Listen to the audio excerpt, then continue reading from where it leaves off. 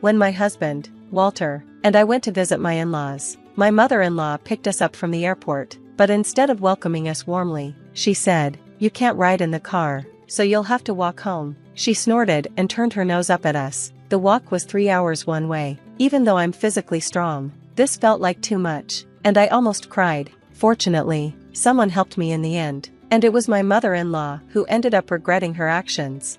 My name is Jennifer. I'm 30 years old and married to Walter, who is 2 years younger than me. I love mountain climbing, and we met in college through the mountain club. Walter is handsome and popular with women, so when he asked me out, I was surprised. I wondered, why me? Walter told me, Jennifer always moves forward silently, even on the hardest paths, without complaining. That's what I like about her. Walter works for a well-known company and earns a good salary. We've been happily married since our wedding, much like how things were when we were in college. However, one thing bothers me. Oh, it's a call from Mom. Sorry, I need to talk to her, Walter said during dinner as he rushed to his room with his phone. His mother calls him every 2 days. She adores her son, and Walter is very kind to her. Sometimes, I even wonder if he's a bit of a mama's boy, but since she raised him well, I try to respect her, too. It seems, though, she doesn't feel the same about me. Before we got married, when we went to visit my in-laws, she wasn't happy to see me. Jennifer is 2 years older than my son. She's almost 30, she said, clearly displeased. She seemed unhappy the whole time. Walter's father, however, didn't mind. He said, "It's fine, love conquers all. Jennifer seems reliable, and she's perfect for Walter, who can be a bit weak at times," but that only seemed to make my mother-in-law angrier. Since she couldn't argue with her husband directly, she started picking on me in secret. One time, she said, "Oh no, Jennifer, it looks like the snacks I gave you have gone bad. I'll get new ones." After intentionally giving me spoiled food, she would make a face, snort, and twist her lips whenever she harassed me. But I didn't let it bother me. I smiled and said, "It's okay, I can eat it," and I cut off the bad part of the dried fruit and ate the rest. My mountain climbing experience had taught me to eat what I could, even if the food wasn't great. Walter and his father laughed. "That's just like Jennifer." Walter's father then said, "Honey, that's not right. Don't give Jennifer something like that." Despite the situation, the mood remained light. I laughed, but I didn't miss the sharp look my mother-in-law gave me, or the slight sound of her clicking her tongue. There were other incidents, like when she said, "Look, I went to Italy last week and bought souvenirs." She gave Walter a high-quality branded tie, but for me, she handed over a cheap, flimsy t-shirt with a fake-looking logo, clearly a knockoff. "Come on, Walter, try on the tie. Jennifer, you try on the shirt too," she said. I saw that familiar expression on her face and realized this was another one of her little ways to harass me. I forced a smile and said, I can't wear a tie with casual clothes." I added, "I'm not up for it right now either," trying to keep the mood light, but inside, I was fed up. Later, I only used that t-shirt for chores like weeding in the summer or as a joke to show my friends in photos. I hated even looking at it. Her harassments were subtle, only I could really tell they were intentional. When I told Walter, he would just say, "Mom's a bit quirky, so just forgive her," but the small acts of malice slowly wore me down. We lived about an hour away from my in-laws, and the fact that we could easily visit them whenever they wanted was a constant source of gloom for me. Then one day, Walter gave me sudden news. "Jennifer, I'm sorry, but I've been transferred to a new location. It starts next month, so we'll need to start preparing," he said. Though Walter apologized, I secretly felt relieved. This transfer would give us an excuse to put some distance between us and his mother. Plus, the new location was close to my parents' home, which felt like moving from stress to comfort. "Got it. I'll take care of the preparations and ask my family for help," I said cheerfully, excited to get away from my mother-in-law's constant petty harassment. While I was a little nervous about starting a new life, most of my feelings were about the relief of being free from her.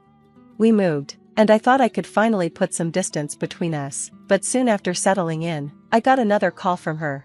"Hello, Jennifer, where have you been? You didn't answer the phone. You're not neglecting my son while hanging out at your parents' house again, are you?" she asked, clearly accusing me.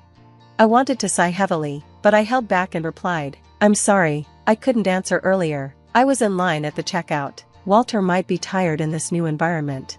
I wanted to support Walter with nutritious meals since he was adjusting to the new environment, but my mother-in-law started calling every 2 days. Even though we saw each other less, we talked more, though it was mostly her making snide comments. She'd say things like, "My son is sensitive. I wonder if someone with such thick skin like Jennifer can understand him. His high school girlfriend was so delicate, but his taste has really changed," making remarks that made me uncomfortable. I began to wonder if she was using me as her outlet for stress. I felt like a trash can for her frustrations. What hurt the most were her comments about children. She'd say, "Jennifer, you're already 30, aren't you? What do you think about having children? I wonder if, being older than my son, you can have a normal child." I was shocked that someone would say such a thing in this day and age, since this was already a sensitive topic for me. I cried after hanging up the phone.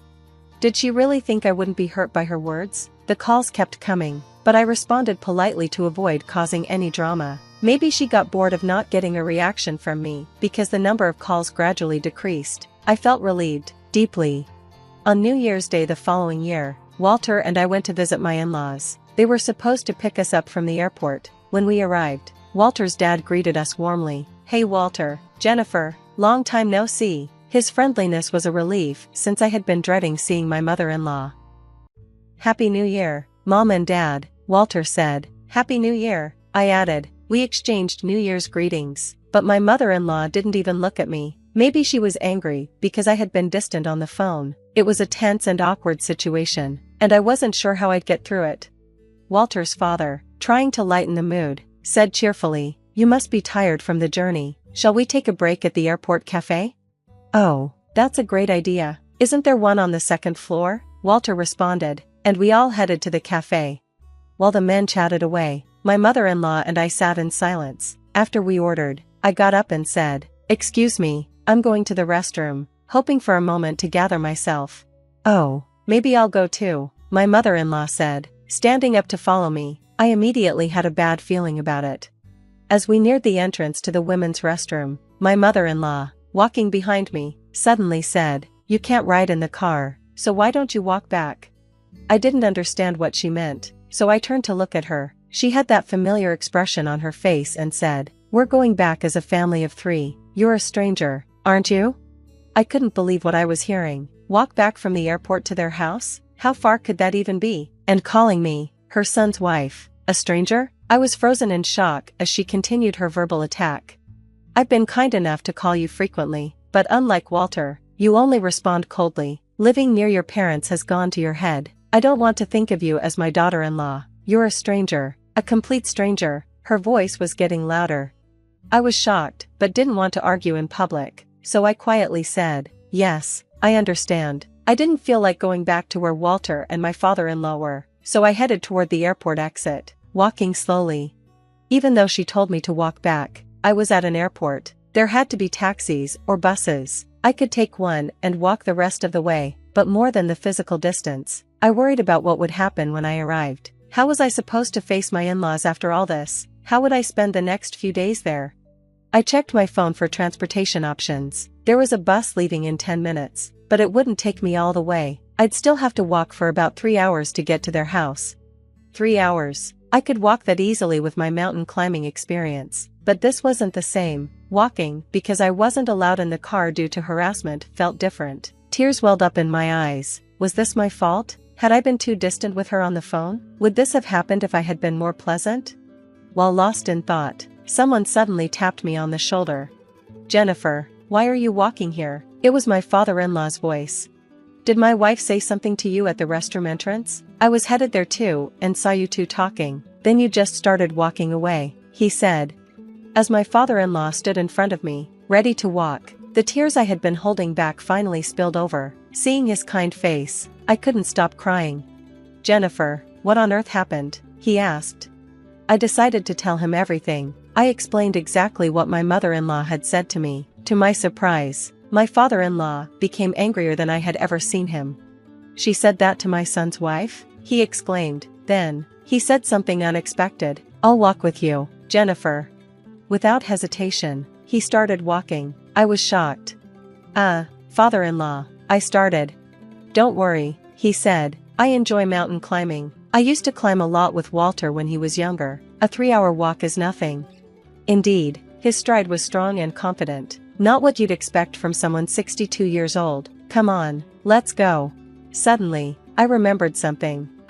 We didn't tell Walter we were leaving, is that okay? In my shock over my mother-in-law's words, I had just walked off without thinking. Father-in-law reassured me, Walter will be fine. She'll probably talk him into waiting. I'll contact him.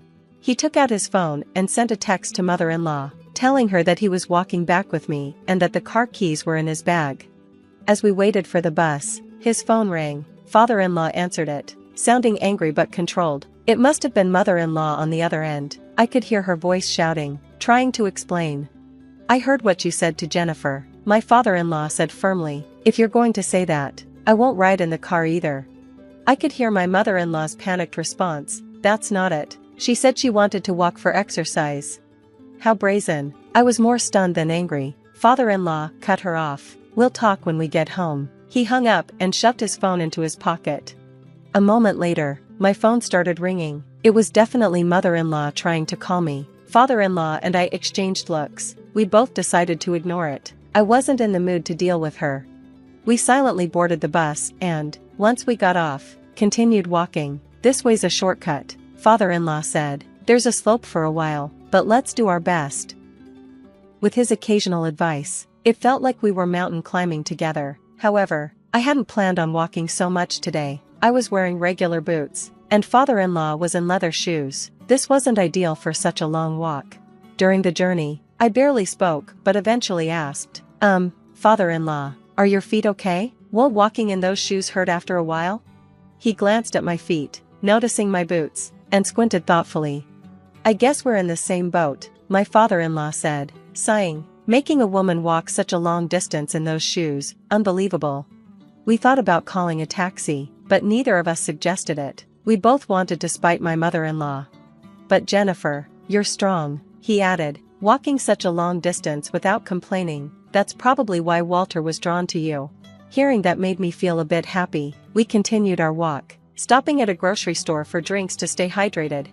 After about 3 hours, as the sun was setting, we finally arrived at my in-laws' house. Their car was parked outside, so my mother-in-law and Walter were already home. We're back, my father-in-law said as he opened the front door. Walter rushed over.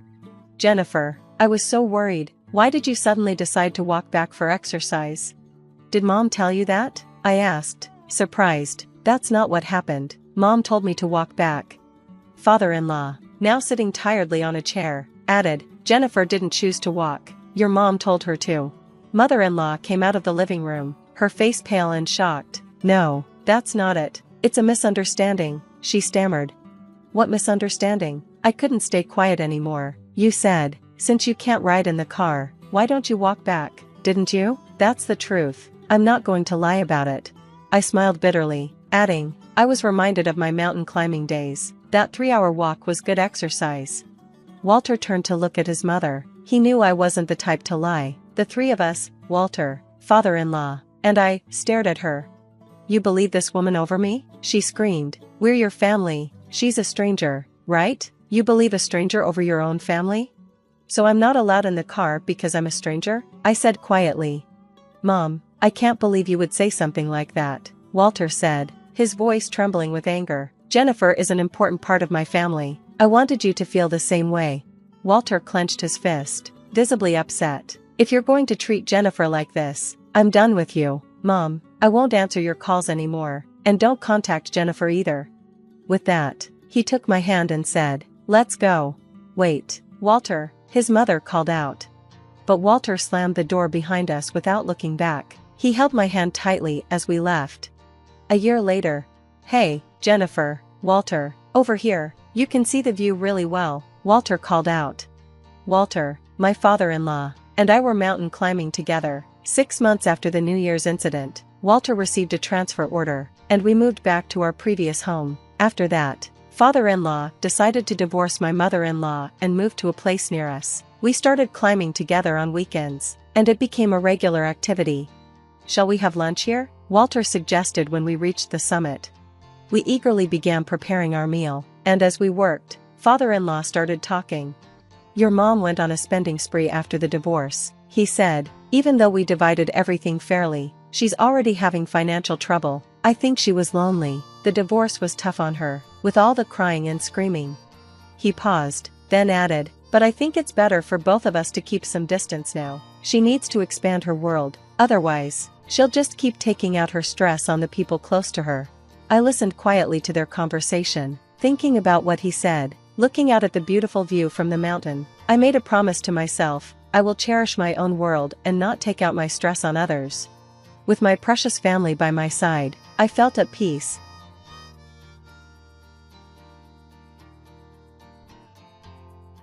Finally done. I never realized funerals could be this exhausting.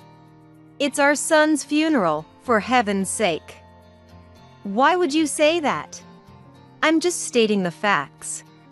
We're not the only ones here, you know. Surely, I must be included in that. In the first place, it's partly her fault that boy died. Catherine, my mother-in-law, never looked kindly upon me since we got married. But blaming me even for David's death. Shouldn't we be grieving for David and reminiscing about him? The complaints towards me never cease. Edward, my father-in-law, tries to mediate, but Catherine remains unmoved. If only you hadn't married her. My boy wouldn't have taken his own life. He should have been holding his child by now. I clenched my fists as tightly as I could. Frustration and anger welled up inside me. Catherine had treated me with disdain until we left the funeral home. When I got home, I was so tired that I fell asleep. As if I forgot everything. And then the next morning. Can you get the newspaper quickly? Yes. Hurry up.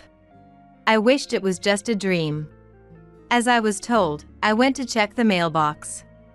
I found an envelope tucked in with the newspaper. An envelope? Who could it be from? I took it out and checked the sender, but there was no name. There was just one sentence. Make sure Mom doesn't notice. With that, I understood who it was for and who it was from. I hid the envelope in my pocket and went back inside. What were you doing? You're useless. She snatched the newspaper from my hand. I sneaked back to the bedroom and opened the envelope. Inside, written in familiar handwriting, was something shocking.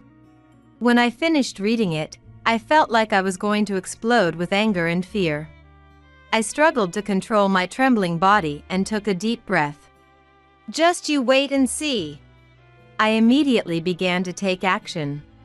My name is Lavinia, and I am just an ordinary housewife. I met my husband David in college, and we quickly became close. Since we first met, David had a strong desire to leave his parents' house as soon as possible. You don't have to rush so much, you know? No, I can't stand being dependent on my parents any longer. But we're still students. That's why. We have so much time now, I want to do everything I can. On the other hand, I was fully prepared to rely on my parents while I was in college. Being in the same department and major, it was natural for us to start dating. When we were juniors, David finally put his plan into action. It's going to get busy from now on. Can you help me? Of course. What do you need me to do? Thanks. First, let's... David's plan was to start a company while still in school. He had told me his reasons before, but another reason was that he was set to join his father-in-law's company after graduation. He wanted to make his own future decisions. A month later, we successfully established the company. It's just the beginning, but we've finally taken the first step. Thanks. What are you talking about? It's too early for thanks. The hard part is yet to come. True. I'll be counting on you. Leave it to me. David, a few others, and I created a startup. The company aimed to run a media platform that provided various types of information. From entertainment like games and comics to life hacks, we covered a wide range of media. But David was particularly focused on a website that provided information about adoption. By the way, I've always wanted to ask, why did you start the adoption site? My friend from high school was adopted. As I heard more about it, I became interested. Usually, the focus is on those who adopt, but the adoptees have their own thoughts too, right? Now that you mention it, that's true. So, I wanted to help. David continued to run the site almost single-handedly. The company continued to do well, thanks to the wealth of information, accuracy, and above all, the humor David valued. It even got small mentions in magazines. But one day, just before graduation, "You don't seem very cheerful today." "Yeah, actually, I told my parents about the company yesterday, and they got really angry." "Why?" "I guess they wanted me to get a proper job. Especially Mom, she was really upset." After that, David often had a gloomy look on his face. Sometimes, he couldn't sleep until morning and had to get sleeping pills from the doctor. Seeing David like this, I decided I would support him for the rest of my life. The day before graduation, David somehow managed to persuade his parents, and I saw a genuine smile on his face for the first time in a long while. "Finally, I'm free. Now you can live just for yourself." "About that, would you move in with me?" "Yes, of course." We started living together, and both our work and private lives were fulfilling. That lifestyle continued for about 4 years, and then it was my birthday. "Happy birthday." Thank you. It doesn't matter how many times you say it, it always makes me happy. Hearing that makes me happy too. So, David's face turned unusually serious as he pulled a small box from his pocket and placed it on the table. "What's this?" "I want you to marry me." When David opened the box, there was a small, sparkling ring inside. Of course, I had made up my mind long before. "The pleasure is all mine." He took my hand and slipped the ring on my finger. It fit perfectly. But there was one thing that caught my attention. Why is the box a little crooked? "Oh, I was trying to decide when to give it to you. I've been holding it in my pocket and it ended up like this." He must have been that nervous. Hearing that made me love David even more. The only problem was introducing him to my parents. "Are you okay?" "I'm fine." "No, actually, I'm nervous." "I'm with you." "Yeah." We introduced David to my parents first, and they accepted him without any issues. And today, we were going to meet his parents. Since leaving the house, David had been a bit unsettled. "What are you doing back here?" "This is my home, isn't it?" "Fine, come in quickly." Seeing their interaction, I started to worry if everything would be all right. When we were shown into the living room, Edward and an unfamiliar girl were sitting on the sofa. "Welcome back, David. Have a seat." Catherine served coffee, but there wasn't any for me. Maybe I wasn't welcome. "To get straight to the point, I want to marry Lavinia." "I see. You're at that age now." "Marriage? I won't allow it." "Why not? Marrying a woman you don't know." "Calm down." "But David has made his decision. It's not for us to interfere." Finally, with Edward's persuasion, we were allowed to marry. Then, the girl sitting next to Edward spoke up. "Congratulations on your marriage, bro." "Thanks, Wilhelmina." "Lavinia, nice to meet you." "Nice to meet you too." We believed we were going to lead a happy life together. However, it didn't last long. It was on the way home after the greetings. "So, you have a sister?" "Yeah." "But you don't look much alike." I'm an only child, so I don't really understand. We don't look alike, huh? You don't? Sorry, it's nothing. Let's just get home quickly. Yeah. I thought David looked a bit surprised in this moment. Later, our marriage certificate was accepted, and we became officially married. We were overjoyed, but our honeymoon phase ended after just 1 week. Catherine, what are you doing here? I have something important to discuss. I'm coming in. Wait a minute. Catherine barged in without waiting for an answer. She threw open the living room door with force. Why are you here? Isn't that a bit rude? So, what's the matter? Well, after you visited, Dad's health took a turn for the worse. Dad? Yes. Catherine said Edward had been having health issues for a while. Judging by David's expression, he hadn't known about this. Then Catherine dropped a bombshell. He was diagnosed with cancer. What? Dad wants to recuperate at home, but it's just me and Wilhelmina at the house. So you want us to move in? Yes, exactly. The creepy smile on Catherine's face gave me chills. It was clear David was torn. Even in college, he had a strong desire to leave home as soon as possible. But with Edward in this condition, it was understandable that he was conflicted. As David hesitated, she turned to me. What do you think?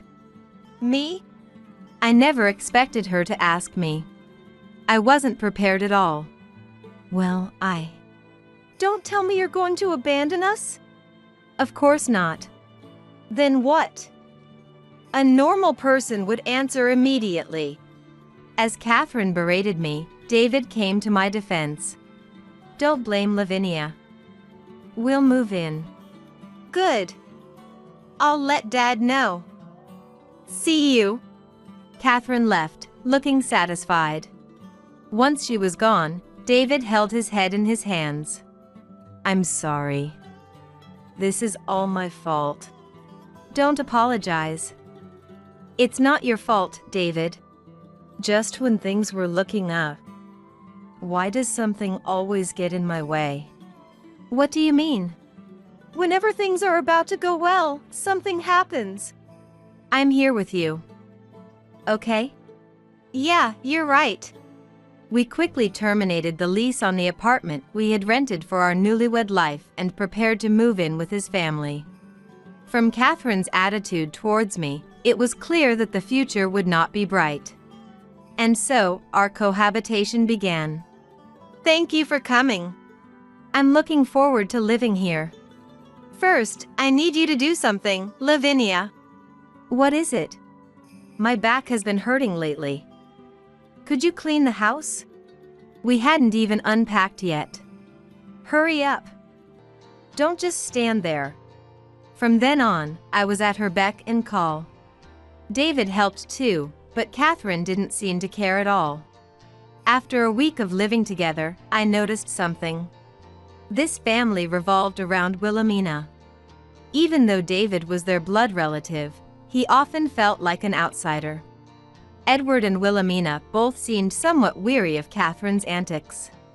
Have you figured out this household? Yeah, I think I have. That's why I didn't want to come back here. So, what does Wilhelmina think about all this? I don't know. We've lived as siblings, but I honestly can't tell what she's thinking. Really? Wilhelmina was always kind and friendly to me. As David said, it seemed like Wilhelmina was harboring some dark feelings. Meanwhile, I was tasked with taking care of Edward. And what was Catherine doing? Absolutely nothing. Edward is calling for you. Go to him quickly. Yes. I took a deep breath before entering the room. What do you need? I need a little help with something. As I approached Edward, he reached out and grabbed my butt. What are you doing? Don't be so upset. This is just family bonding. Absolutely not. Catherine had said Edward was weakened by cancer treatment. But he didn't seem weak at all. He grabbed my arm with surprising strength and tried to push me down. Stop it. Are you sure? If David finds out about this, it'll be a disaster. With that one sentence, I hesitated for a moment. Edward took advantage of my hesitation and tried to undress me. Realizing the danger, I pushed him away with all my strength. Just then, Catherine walked in. What are you doing? Edward tried to push me down. Catherine, you know I wouldn't do such a thing. Please believe me. I had asked the wrong person for help. How could you go after your father-in-law when you have a husband? What kind of woman are you? No, I didn't. If you don't want David to find out, you'd better do as we say. It was a trade-off. Even though it was Edward's fault, I didn't want David to know about this. All right. It wasn't until much later that I realized this was their plan all along. Edward didn't touch me directly after that, but the fear that he might was always there. I couldn't concentrate at work, and I started making mistakes. You seem tired lately. Are you okay? Yeah. Maybe you should take a break. But don't worry about work. It's not that. Is it Mom and Dad? I'll handle them. At David's suggestion, I left my job and became a housewife.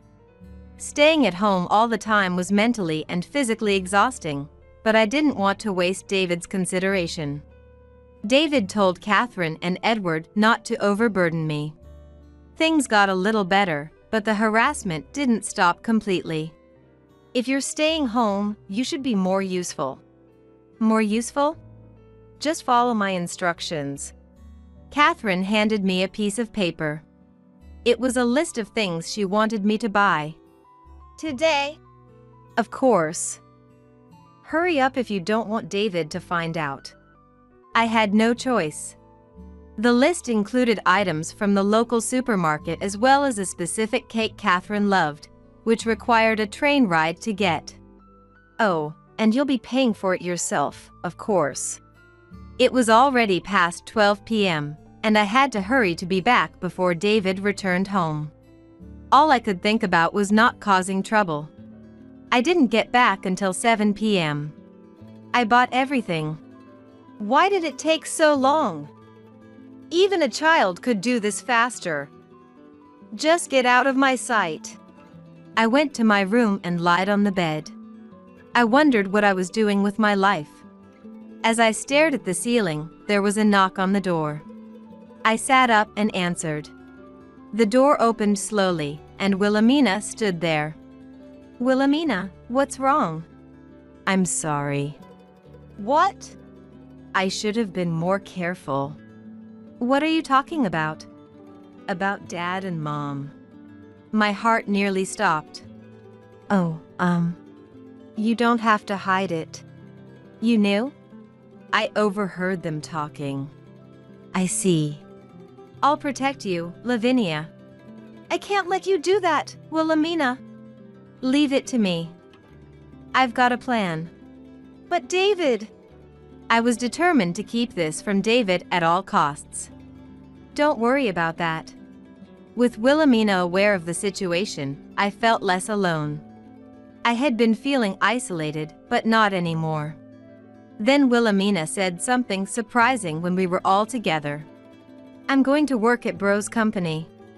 What? You go to a good university. You could get a better job. I've made my decision. Wilhelmina was set to graduate next year. She was so talented that she could easily get a job anywhere, just as Catherine said. Why David's company? At least go to Dad's company. Mom, it's decided.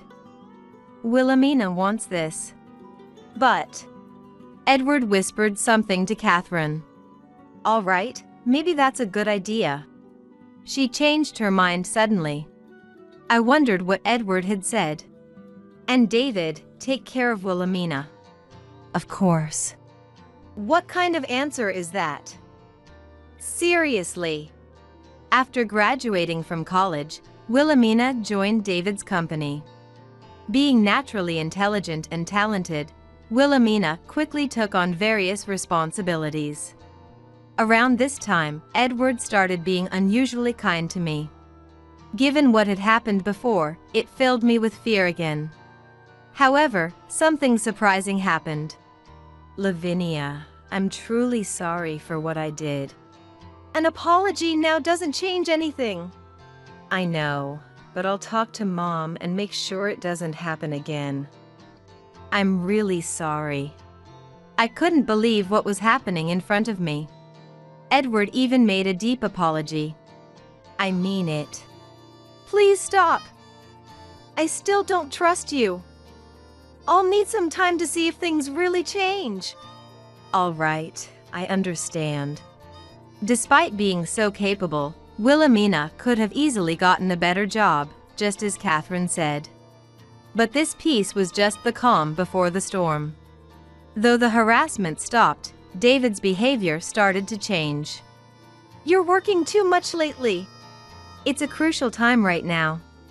Maybe, but this is too much. I have to do everything I can now.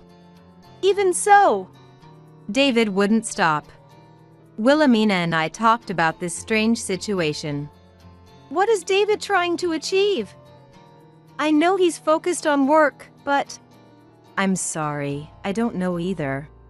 But this can't go on. Yeah, we need to do something about it.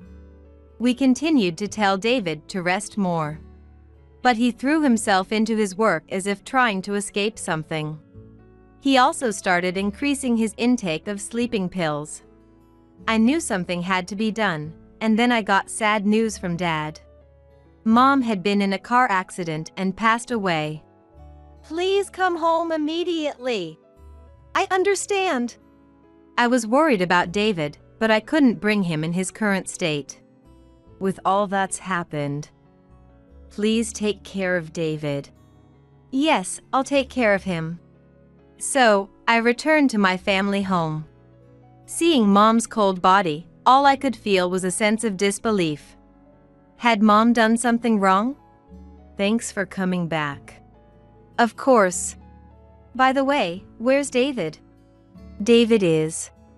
I explained David's situation to Dad. I see. I can't believe David. I'm worried about him, but we need to properly send off Mom first. You're right. We quickly prepared for Mom's funeral. At times like these, people usually cry, but I couldn't shed a tear. When the funeral began, I felt more empty than sad. I couldn't accept the reality that Mom was gone.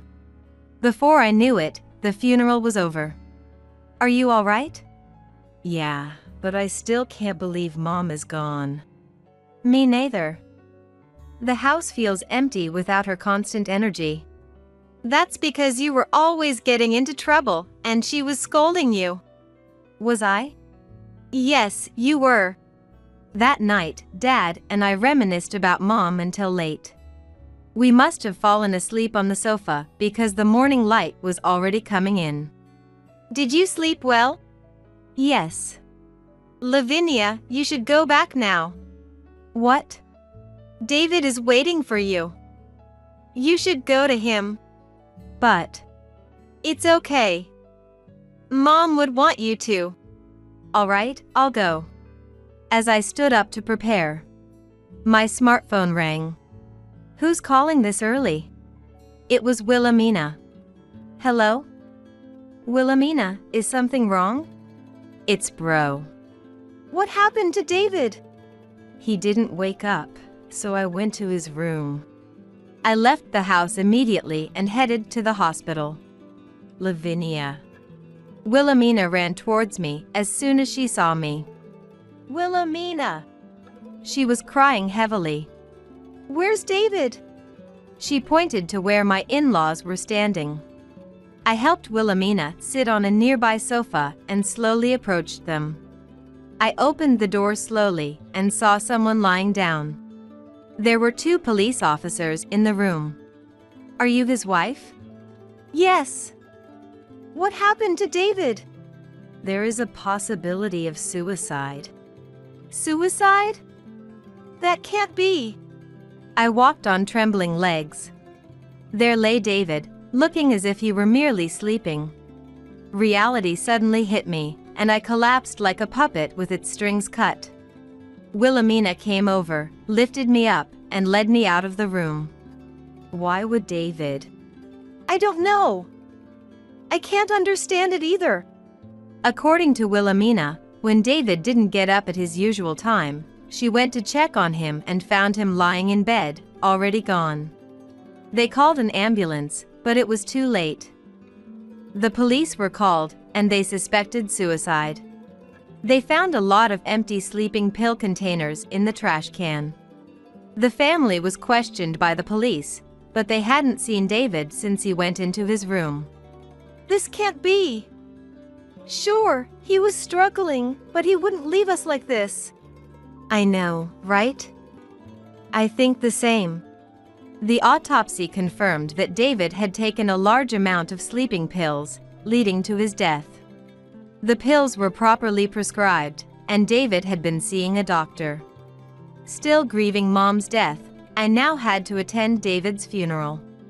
Just like with Mom, I couldn't cry. This time, though, the reason was different.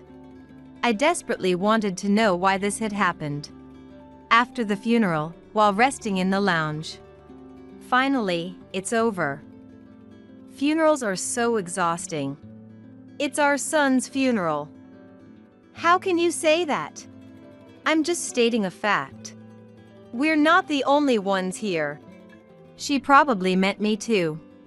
Anyway, it's partly this woman's fault that he died. How could it be my fault? I thought she had calmed down lately, but her core real attitude hadn't changed. Shouldn't she be mourning David's death and reflecting on his life? Yet, she kept criticizing me. Edward tried to calm her down, but it didn't work. If he hadn't married you, he wouldn't have done this. We could have had grandchildren by now. Wilhelmina, returning from the restroom, jumped into the fray. That's impossible. Wilhelmina, do you have complaints about me too? Complaints? Of course I do. Do you know how badly you treated Bro? What are you saying, Wilhelmina? It's not Lavinia's fault. Bro died because of you too. Wilhelmina stormed out. What are you doing? Go after her. You're useless even now. I clenched my fists as tightly as I could. Frustration and anger welled up inside me. Catherine continued to look down on me until we left the funeral home. Ignoring her, I chased after Wilhelmina and found her sitting on a bench in a nearby park. There you are, Wilhelmina. Let's go home and figure out what happened to David together. Okay. When we got home, I was so exhausted that I fell asleep immediately. As if I forget everything. And then the next morning. Can you get the newspaper quickly? Even though the funeral had just ended, there was no sign of grief. It felt like a normal morning. Yes. Hurry up. I could have refused, but my body moved out of habit. I wished it was just a dream. As instructed, I went to check the mailbox. I found an envelope tucked in with the newspaper. An envelope? Who could it be from? I took it out and checked the sender, but there was no name. There was just one sentence. Make sure Mom doesn't notice. With that, I understood who it was for and who it was from. I hid the envelope in my pocket and went back inside. What were you doing? You're useless. She snatched the newspaper from my hand. I sneaked back to the bedroom and opened the envelope. Inside, written in familiar handwriting, was something shocking. When I finished reading it, I felt like I was going to explode with anger and fear. I struggled to control my trembling body and took a deep breath. Just you wait and see. I immediately began to take action. I went straight to Wilhelmina's room. "Lavinia, please come in." She had dark circles under her eyes and swollen lids, likely from crying all night. "Sorry to bother you, but I need you to see something." I showed her the letter from David. Maybe he anticipated this outcome. So he planned to die from the start? The letter began. "By the time you read this, Lavinia, I might not be alive. I wanted to stay with you forever, but I couldn't bear it anymore." The letter contained even more shocking revelations. Apparently, Edward's company was struggling financially. He had suggested handing the company over to Wilhelmina. It seemed they intended to use Wilhelmina to secure funding. If this is true, did I make things worse? No, you didn't. They were reluctant at first. That's why they suddenly changed their minds. What? Edward probably thought that if Wilhelmina joined David's company, it would solve their problems since she was family. That's awful. Edward must have whispered this plan to Catherine when she reacted at that time. I wanted to cause them trouble. I suspected Dad's company was struggling. It's not your fault, Wilhelmina. You were trying to help me. But still. The letter ended with, "I never told you, but I'm adopted. My position worsened after Wilhelmina was born. I'm sorry I kept it a secret. Please tell Wilhelmina that she was always my pride and joy. Even though I resented her birth at times, she was the sister I loved dearly." How much did you know about the adoption? I didn't know anything. My parents never told me. I started to remember our college days. The friend who was adopted was David himself. No wonder he knew so much about adoption. He probably wanted to prevent others from experiencing what he did. But now, the problem was what to do next. I felt so sorry for David. I needed to get back at his parents somehow. Then Wilhelmina remembered something. How could I forget this? I'm so stupid. What did you think of? When I said I would protect you, Lavinia, I installed surveillance cameras in the house. Surveillance cameras? Yes, they're very small, so no one noticed. Can we see the footage now? Yes, we can. The footage showed the two of them verbally abusing David in the living room. Calling him useless, saying they should never have adopted him. It went on for hours. How did I not notice this? As we checked more footage, we found damning evidence. I felt an anger I had never experienced before. Wilhelmina seemed to feel the same. We prepared and confronted the in-laws. Can we talk for a moment? What? I'm busy. It won't take long. Did you two kill Bro? What are you talking about? That's enough. Stop joking around. You can't escape this. You don't have any proof. The police said it was suicide. That's right. Even if Wilhelmina is our daughter, this is unacceptable. How can you say that? Look at this. Wilhelmina had prepared a laptop. It showed footage from the day David died. You didn't notice, did you? Bro and I placed cameras all over the house. What? I checked the camera footage as mentioned in the letter. It clearly showed them forcing David to take pills. Other footage showed them putting what seemed to be sleeping pills in his drinks, leaving him dazed and vulnerable. How? We set up cameras. Dad! Edward tried to stand up, but I stopped him. Sorry, but it's too late to run. What? We heard police sirens approaching. Give it up. The in-laws were taken away by the police. Of course, this isn't the end of everything. But I felt a little lighter inside. They were charged with murder using the camera footage as evidence. I shuddered to think what would have happened if Wilhelmina hadn't set up the cameras. Are you okay, Wilhelmina? I'm fine. But your parents. They're not parents. They're just criminals. As a result, Edward's company went bankrupt. It was already in a state where it could have collapsed at any moment, so it was just a matter of time. Both were found guilty and are now behind bars. I decided to visit them to see their faces. I also discovered that Edward's cancer was a lie. He made it up as an excuse to have us live with them. Fittingly, he was too ill to meet, but I was able to see Catherine. You look well. What do you want? Just checking in. How's prison? What? I hope you die easily here. You're such a hateful woman. I'll take that as a compliment. Keep surviving as best you can. Goodbye. I returned to the in-laws' house one last time. Wilhelmina and I prepared to move. I still can't believe David was adopted. He's still my beloved bro. Yes, it doesn't change anything. We moved into a new place and lived together.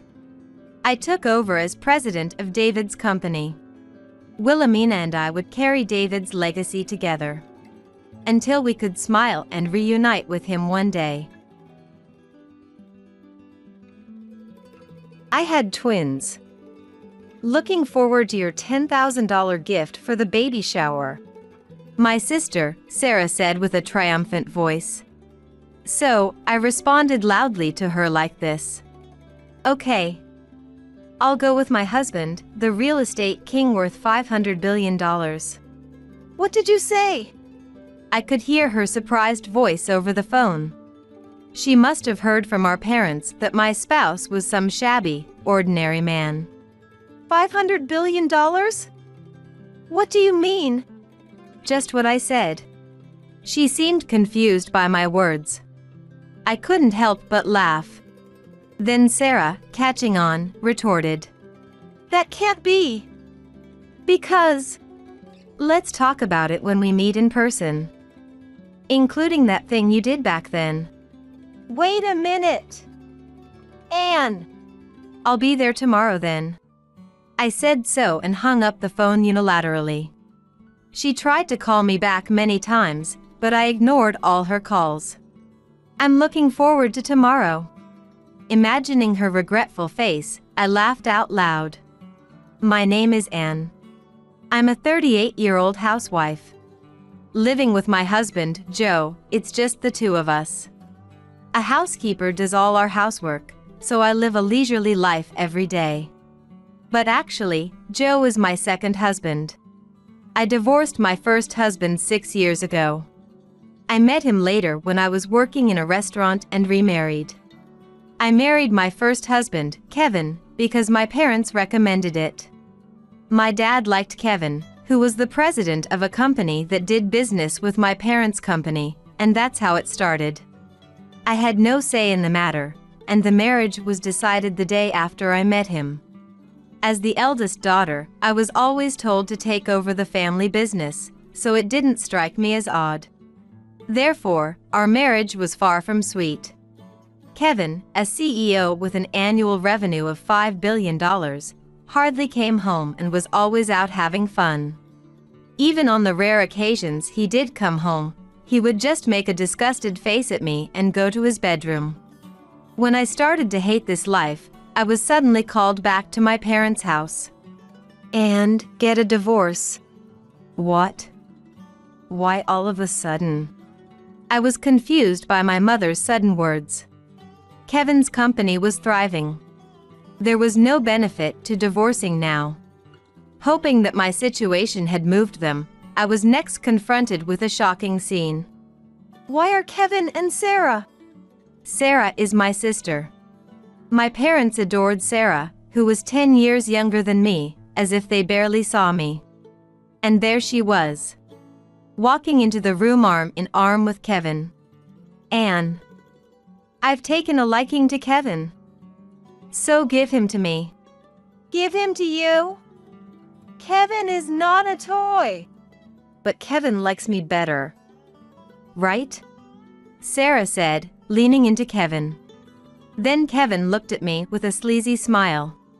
The moment I saw those eyes, I had a bad feeling. Younger women are better than middle-aged ones, and Sarah is prettier. I think she's better suited to be a CEO's wife. How could you? Mom. Being discarded for being older and not as pretty as Sarah, I sought help from my mother. I was raised strictly as the eldest daughter, but I believed my mother loved me. That's what I thought. That's why I told you to get a divorce. If Sarah wants him, you must give him to her. You're the older sister, aren't you? How could? I was speechless. I knew my mother had a soft spot for Sarah, but I thought she would be on my side at a time like this. Then my father spoke quietly. Just get the divorce already. Starting today, Sarah will be the successor of this house. Having a divorce in your history is shameful. Once divorced, get out of here immediately. Dad! With tears in my eyes, I wrote the divorce papers. Then, as my parents told me, I packed up my belongings and was quickly kicked out of the house. And you'll be in trouble now, won't you? Here's something in place of compensation. Sarah is so kind. Be thankful to her. They mockingly threw a bundle of money at me. Holding that bundle of cash, I was at a loss for what to do next. What should I do now? Being a full-time housewife, I had no means to earn a living. After all, I had been trained for marriage, never even had a part-time job. For now, I decided to go to a hotel and think about what to do next. I moved to the neighboring town and went to a real estate agent. Because I had some savings originally, I could easily rent a place for one person, so I absolutely didn't want to use the compensation money thrown at me. With the thought of someday getting my revenge, I started taking action.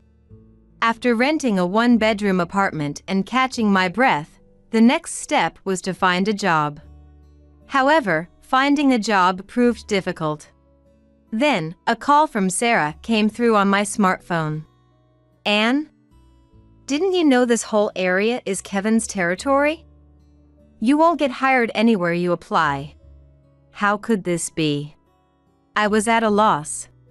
Ultimately, just as Sarah said, I couldn't find a job. Without the ability to work, my savings would eventually run out. I decided to live in a town far away. The place I moved to was a peaceful town with the scent of the sea breeze. It was a nice place. I got a job at a local restaurant and started working there, including lodging. Hey, give me some liquor. Right away. I want some chicken over here. Understood. While I was new to serving food, the customers were all kind to me. Anne's smile makes me feel like I can keep going tomorrow. Aren't you going to marry again, Anne? Marriage again. What a waste. Being still young, many suggested I remarry, and each time I would avoid the topic. I didn't want to end up with someone like Kevin if I remarried. And could I get a beer? Hi Joe, you've worked hard today. Sure. While everyone suggested I remarry, regular customer Joe never did. I found our conversations very comfortable, and eventually, I looked forward to his visits. It was after 3 years in this town that Joe asked me out on a date. How about going to see the sea? Eh? Since it's right in front of us. Seeing Joe, usually so calm, fumbling for words made me laugh. I didn't dislike the idea. I accepted his invitation. Our first date was just a walk on the beach in front of the restaurant, which was quite uneventful, but we talked about various things. Joe told me about losing his parents early and living alone in this town he loved. I shared about my family and Kevin. Then, Joe cried on my behalf. Maybe I should have cried like this. Watching tears flow from his eyes, I thought so. After that, we went out many times together and eventually started dating. Honestly, I can't remember who said I love you first. But our relationship began very naturally. And about a year later, Joe proposed. I can't imagine a life without you, Anne. Is that a proposal? That's the idea. I laughed at Joe's lack of confidence and accepted his proposal. Then we got married. I had no intention of informing my parents or Sarah, but Joe suggested we at least let my parents know, so I contacted them for the first time in 4 years and decided to return to my childhood home. Oh, you're still alive. Remarriage? Go ahead, but we won't provide any support. If you're going to remarry such a poor-looking man, don't ever come back to this house again. My face turned red with anger as they said this in front of Joe. Indeed, Joe isn't into luxury. Even so, he was wearing a high-brand suit today. Despite that, I no longer wanted any relationship with such parents. I was about to speak out in anger when... Then, I will marry Anne. We won't contact you in the future, nor will we ask for any support. Joe. My parents were surprised by Joe's straightforward attitude, but soon started to express their indignation. Joe, with a smile, brushed off my parents and took my hand, leading me out of the house. I didn't expect them to be that harsh. I'm sorry for making you feel uncomfortable. It's okay, don't worry about it. I feel a bit relieved now, I said, smiling at him. Joe relaxed, seeing my expression. And then, we returned to our new home. After a while, the number of calls from unknown numbers increased. I ignored all these calls and consulted with Joe. Let's ignore it. But it's creepy, so let's change it tomorrow. Thank you, that sounds good. I was very grateful to Joe for his prompt response. The next morning, Joe quickly made time for us to go change our phone number. Then, the calls from unknown numbers stopped. I felt relieved. However, after a while, calls from unknown numbers started coming in again. Hello. Even when I answered, the caller would hang up without saying anything. It made me feel very uncomfortable, so I consulted with Joe again. Then Joe said, just ignore all calls from unknown numbers. And I followed his advice, ignoring all the calls. Eventually, the calls stopped, and I soon forgot about them. Then one day, I received a call from my childhood home. I had forgotten to delete it from my phone book after cutting ties, so I answered the call. But it wasn't my mother on the other end, it was Sarah. Hello? Anne? Are you doing well? Sarah. Don't sound so scared. It's not unreasonable for my voice to betray my feelings, considering she's the last person I want to talk to. For the time being, I decided to confirm the first question that came to mind. How do you know my number? I found out easily. You know, I have money. Her way of speaking confirmed to me that she hadn't changed at all. I thought about hanging up quickly. But before I could, Sarah started talking cheerfully. I had twins. I'm looking forward to your $10,000 gift for the baby shower, she said with a triumphant voice. I answered her loudly. Okay. I'll go with my husband, the real estate king worth $500 billion. What? I could hear her surprised voice over the phone. She must have heard from our parents that my partner was some shabby, ordinary man. $500 billion? What do you mean? Just what I said. Sarah seemed confused by my words. I couldn't help but laugh. Then she retorted. That can't be. Because... Let's talk about it when we meet in person. Including that thing you did back then. Wait a minute. Anne, I'll be there tomorrow then. I said so and hung up the phone unilaterally. She tried to call back many times, but I ignored all her calls. I'm looking forward to tomorrow. I waited for Joe to come home and explained the situation to him. Then he suggested with a laugh, I'll go in my usual outfit. I nodded in agreement. And I decided to wear my usual clothes and return to my childhood home as well. I'm home. You're back. And did you bring your husband? Eh? Sarah rushed out to greet us with a smile but was surprised by our attire. That's not surprising since the clothes we wore were bought from a no-brand, common store. Both the t-shirts and pants were around $20 each. What's with those shabby clothes? Aren't you a real estate king?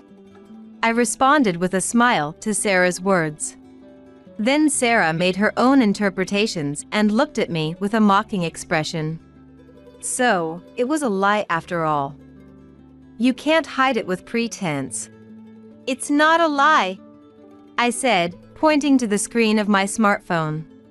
There, Joe's name and photo were displayed. After looking at it closely, Sarah exclaimed, Wait, that major real estate group? The president of that? No way! It's not a lie. Sarah glared at me with frustration. Then she pointed at our clothes and started to insult us. Then why are you wearing such shabby clothes? I gave Sarah a patronizing look in response. We have to match the economic situation of the family home, don't we? Are you saying our house has fallen? No, I judged that this level of attire was appropriate. Joe and I usually dress formally when we go to someone's home. We have never been disrespectful enough to wear t-shirts and jeans. That's why we deliberately chose this attire this time. There are two reasons for this. First, as earlier, to make Sarah misunderstand and ruin her plan. Seeing her frustrated expression means this was a success. And second, I started walking towards the living room. Joe followed behind me, and Sarah chased after us. Surely, there's no one as reassuring to have by my side as Joe. I forcefully opened the living room door. Be quiet. Open it more quietly, like Sarah. What's with that cheap look? I'm really disappointed in you. As soon as the door opened and my parents said that, I couldn't help but laugh. They looked at me, still laughing, as if I were something suspicious. Sarah mentioned that Anne supposedly married a rich man, but it seems it was just in showing off. Right. With such an outfit, it's clear. We don't want you wearing such cheap clothes in our house, I retorted while still laughing at my parents' arbitrary remarks. Maybe the business is failing because you judge people by their clothes? What did you say? My parents were shocked by my comment. But Sarah was just standing there, dumbfounded. I decided to enlighten her gently. I heard it was a deficit last year. How is it going this term, still uncertain? It's none of your business. Actually, I'd like to say it's none of my business, but unfortunately, our family ties haven't been legally severed. My father glared at me with a look of frustration. That expression reminded me, Sarah takes after our father, and I realized I take after our mother. In fact, since Kevin married Sarah, my father's company has been on a downward spiral. After receiving Sarah's call, I had Joe confirm it, and far from recovering, their performance has been worsening. The second reason we wore low-priced clothes was this. We wanted to let our nearly bankrupt parents underestimate us first, so when they were told about the bankruptcy, the impact would be greater. I continued talking while sighing at my glaring parents. I intend to renounce any inheritance when the time comes. You were planning on inheriting the estate? All of Mom and Dad's money is mine. Sarah, who had been silent until now, cut in. It seems she didn't understand what I was saying. I could explain it nicely, but honestly, it's tiresome. However, without explaining, the conversation wouldn't move forward. Just when I thought that, Joe succinctly explained in my place. Your parents' company is about to go bankrupt. Eh? Sarah looked at our parents with a shocked face. And they awkwardly turned away. Then, unbelievably, Sarah wrapped her arms around Joe. Then, Joe, could you cover for them? In return, you can do whatever you like with me. Just kidding. Despite Sarah's light-hearted words, a tension filled the air between me and Joe. Joe sighed deeply, forcefully removed Sarah's arms, and spoke up. Can you not do that? It's disgusting. Disgusting? Me? Yes, you're disgusting.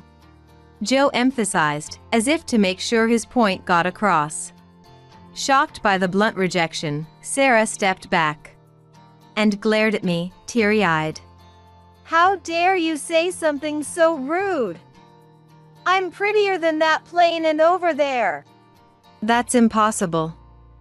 She is slimmer, her skin is clearer, and not just her features, but her heart is much purer. He said, listing my good qualities one after another. Being good at cooking, intellectual, considerate, and more honest than anyone else. Hearing this, it's as if he's describing a perfect being, which is somewhat embarrassing. I tugged lightly on Joe's sleeve twice to stop him. Then Joe turned to me and smiled. This modesty is also a charm that your sister lacks. What are you talking about? Sarah retorted angrily. Since the last time I saw her, her body had significantly enlarged. She must have gained at least 44 pounds. Her face, once praised for its beauty, was now covered in acne and blemishes, far from pretty. Presumably, pampered by our parents and affected by age, her metabolism slowed down, leading to weight gain. Typical her, I sighed internally. Yet, our parents defended her. Sarah just gained a little weight after giving birth. She'll return to her former self soon. No, this is clearly due to an unhealthy lifestyle. Stay out of it! My mother, face red with anger, yelled at me. The mother I couldn't oppose while living at home now didn't scare me at all after 6 years. To such a mother, I revealed another truth. By the way, there's a chance that the sons Sarah gave birth to aren't Kevin's, right? What? Is that true, Sarah? As I spoke, Kevin's voice came from behind. Turning around, I saw Kevin holding 2 babies. Long time no see, Kevin. What does this mean? He approached me aggressively. Joe stepped in front of me and began to explain on my behalf. I heard about Kevin from Anne. We had someone look into it before coming here. I didn't expect to find evidence in just half a day, though. Joe said, pulling out his smartphone. It showed a photo of a man and a woman holding hands, entering a hotel. Upon seeing it, Kevin exclaimed, Sarah! You're still in touch with him? Then, without being asked, Kevin began to spill details. Right after we got married, Sarah cheated on me with that man in the photo. She said it was just once, so I forgave her. Kevin said, glaring at her. Then Sarah glared back at him and retorted, You forgave me, but you, becoming a subsidiary of our family company, are too arrogant, Kevin. It was all Sarah's insistence. Sarah and Kevin were uglily blaming each other, their argument escalating.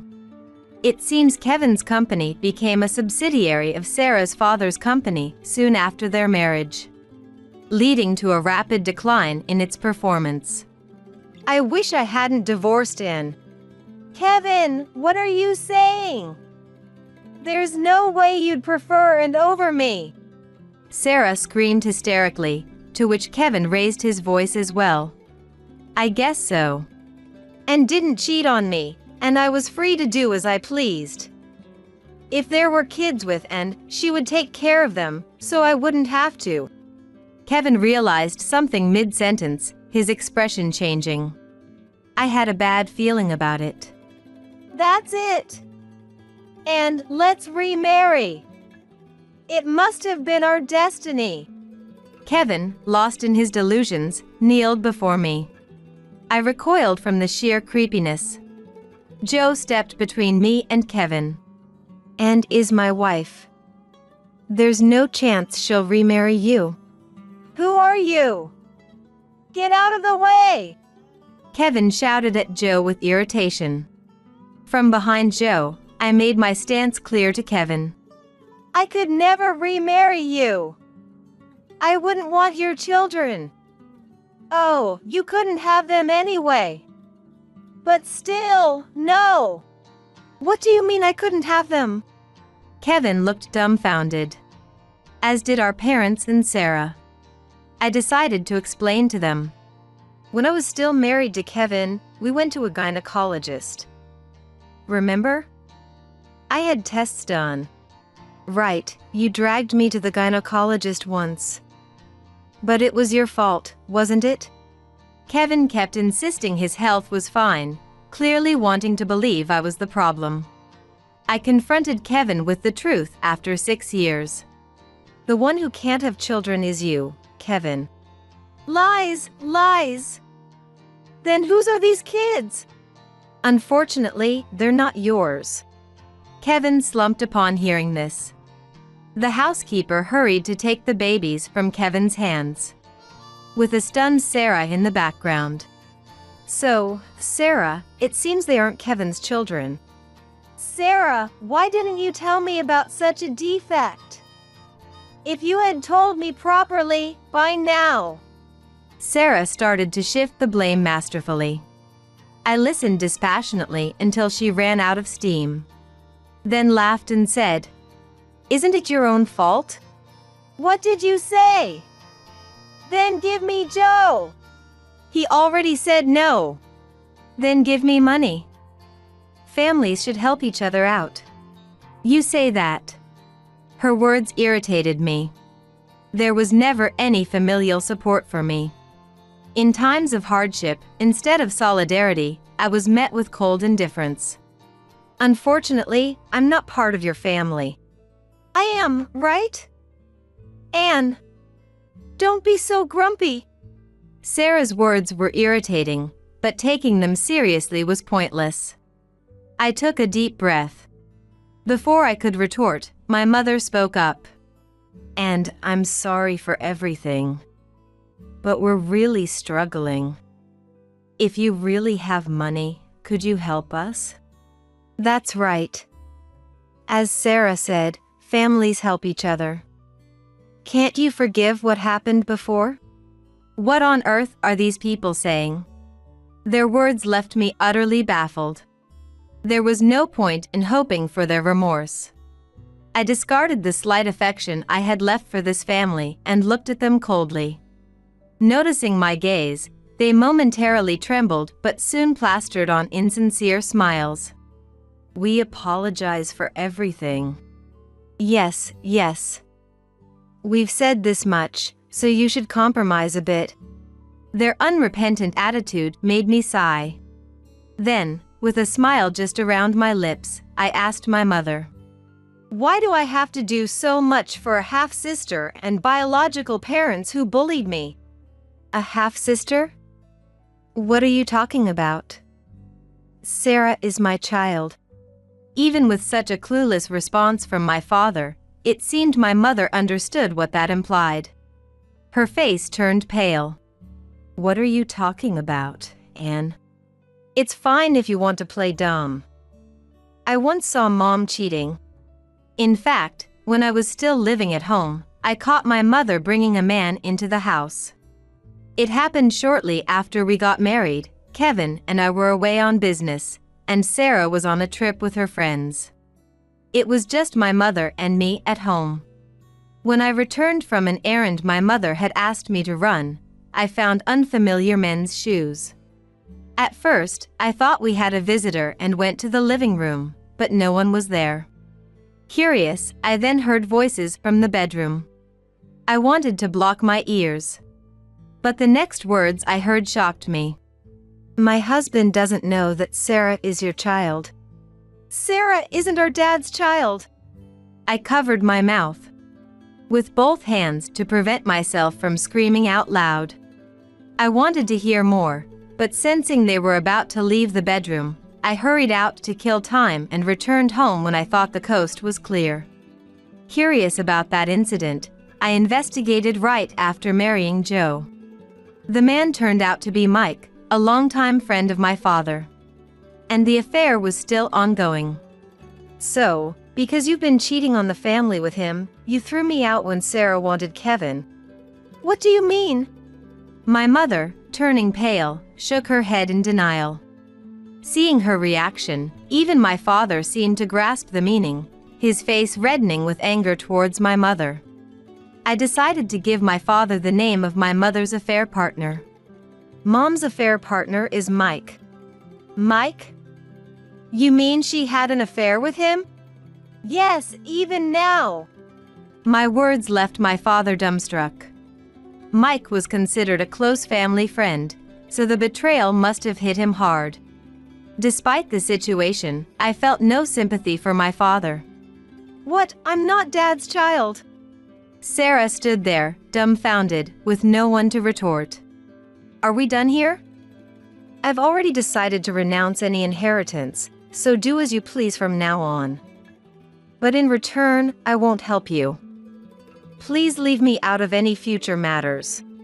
My voice shook a bit towards the end, but I managed to say everything I wanted. All right, let's go. I signaled Joe with my eyes, feeling refreshed. Just before leaving the room, I turned back and pulled an envelope from my bag. Oh, right. This is the compensation money you threw at me. I haven't used it, so it's still the full amount. Consider this a return for your baby shower gift. It's a bit more than you asked for, I said, placing the envelope in front of Sarah. Sarah, shocked, didn't move. We left the four of them behind and exited my childhood home. Afterwards, my parents didn't divorce, but their relationship turned cold. My mother's actions were severely restricted, and her affair with Mike was forcibly ended. My father stepped down from his position as president, tried living on his pension but failed due to his long-standing spending habits, and eventually had to sell the house. Passing by my old home recently, I saw it had been demolished, which somehow made me feel a bit relieved. Apparently, they now live in a rental apartment, struggling to keep up with the rent with both parents having to work. My mother, having never worked before, hasn't managed to keep a job and moves from one to another. My sister and her husband divorced. Naturally, Sarah took custody of the child. Sarah, having never worked and now with 2 children, struggled to live and ended up pushing herself onto her affair partner. But he was already married, and she's now in a difficult situation. While I could sympathize with them being half-related, remembering all they did makes me think it's their own fault. After his divorce, Kevin attempted to revive his company alone but was already tarnished by a bad reputation, leading to an exodus of business partners. Moreover, leaving the umbrella organization caused his stocks to crash, and it seems his business couldn't sustain itself. Eventually, his company went bankrupt. Also, amidst having no money, he got scammed in a marriage fraud on a dating app, losing the compensation money Sarah had paid him, and ended up broke. Furthermore, he's taken out loans from dubious sources and is now working hard in construction to repay his debts every day. He even called Joe asking for money but was firmly rejected since they're strangers to each other. He was demanding a divorce from me until the end, so there's no room for sympathy. As for me, I'm actually expecting our first child. Joe was overjoyed upon hearing the news and has already started designing a home prioritizing our child. He's even prematurely selecting babysitters, which makes me laugh at his excitement. It's going to be a boy. Neither Joe nor I have relatives anymore. But the people in our town are very kind, already offering various kinds of help. Being born to a town full of such supportive people, this child is truly fortunate. Joe and I talk about this every night. How are you feeling, Anne? I feel quite well today. That's great. I hope a healthy baby is born. Thank you. Everyone greets me like this when I go for a walk, which makes me very happy. And I'm truly glad to have moved to this town. And I couldn't decide between blue and green for the blanket, so I ended up buying both. It's still too early for that. While I scold Joe for buying something nearly every day, I'm knitting socks for the baby. I plan to finish them a week before the due date. Ah, it kicked. Really? Daddy's here. Joe reacts to my words, putting his ear to my stomach and talking to it. Just at that moment, the baby kicked again. He responded. Seems he likes me. Daddy loves you too. Joe, really? While I'm slightly exasperated, I find such moments endearing. Immersed in this happiness, I start knitting the socks again. My name is Olivia. I'm 35 and have been married to my husband Lucas for 7 years. We have a 5-year-old son, Thomas. Normally, it's just the three of us living a peaceful life, but I have one major grievance. It's the long vacations and Christmas when we go to Lucas's parents' house. Only his parents live there, but during the holidays, his sister and her family join us too. During these gatherings, which sometimes exceed 10 people, I'm expected to handle all the meal preparations. Because I'm married to the eldest son, everyone seems to think it's my duty. His sisters don't help me at all. On top of that, they leave their kids with me and go out to have fun. Even Lucas doesn't offer me any help, so as the holidays approach, I start to dread them. Just the thought of preparing meals at my in-laws is painful, not to mention the harassment I endure from Lucas's mother, Ava. From the beginning of our marriage, Ava has criticized everything I do. The first time we went to visit after getting married, she told me out of the blue, "Olivia, please prepare all the meals while you're here." I was shocked. It was my first time in their kitchen, and everything was thrown at me. In a panic, I checked the fridge, finding almost nothing. I had to start by shopping for groceries. "Do you want anything specific to eat?" I asked with a smile without showing my irritation. "Just make something delicious. Don't check with us every time, just get on with the cooking." Jackson, Lucas's father, seemed nice and calm, but I couldn't figure out what he really thought. Ava was always openly hostile towards me. Even when I casually asked Lucas about his parents' favorite dishes, "Anything's fine, don't worry too much about it," he always responds so casually. Lucas is originally unreliable, but since then, my distrust in him has only grown. In the end, I decided to make a safe choice and cook curry. As the smell of curry began to waft from the kitchen, Ava started her snide remarks. "Curry gives me heartburn. I'll have to take some antacid tonight." Without time to make anything else, I served the curry for dinner. Ava complained that the curry was too spicy, or that she preferred pork over beef. "Anyone can make a decent curry," she remarked, leaving the comment hanging in the air, yet she went for seconds. Meanwhile, Jackson ate without saying a word, but after he finished, he let out a deep sigh and left the room. While Ava's reactions are irritating, Jackson's sigh feels more condemning than her snide remarks. Dealing with just my in-laws' meals is stressful enough, but it gets even worse when Lucas's sisters and their families join. Harper's family consists of Lucas's sister Harper, her husband Ethan, and their daughter. Harper, in her appearance and manner of speaking, is frighteningly similar to Ava. Together, they hurl insults at me, making it feel like there are two Avas. When Harper comes to visit, she expects me to handle everything from cooking to making beds. Of course, she doesn't thank me, she takes it for granted. Ethan, usually quiet around his in-laws and Harper, becomes tyrannical when they're not around. "Go buy cigarettes," he'd demand, treating me more like a housemaid than family. Their daughter Emma, much like Harper, seems spiteful. "Olivia, we're out of juice." Then Ethan would join in, ordering, Olivia, I'm out of beer. Bring some. Laughing foolishly, the two of them enjoy themselves. They are usually quiet in front of Harper, probably because they're used to being scolded by her. They seem to let loose when at the in-laws. For me, who ends up doing all the work, it's unbearable. Natalie's family includes Lucas's sister Natalie, her husband Mason, and their son. Compared to the insidious Ava and Harper, Natalie is brighter and easier to talk to. She always comes to chat while I'm preparing meals. While it's nice to be approached so casually, Natalie doesn't help at all. At first, I used to listen to her seriously, but if she's not going to help, she's just in the way. Eventually, when I responded non-committally to her chatter, "Are you even listening to me?" she'd snap.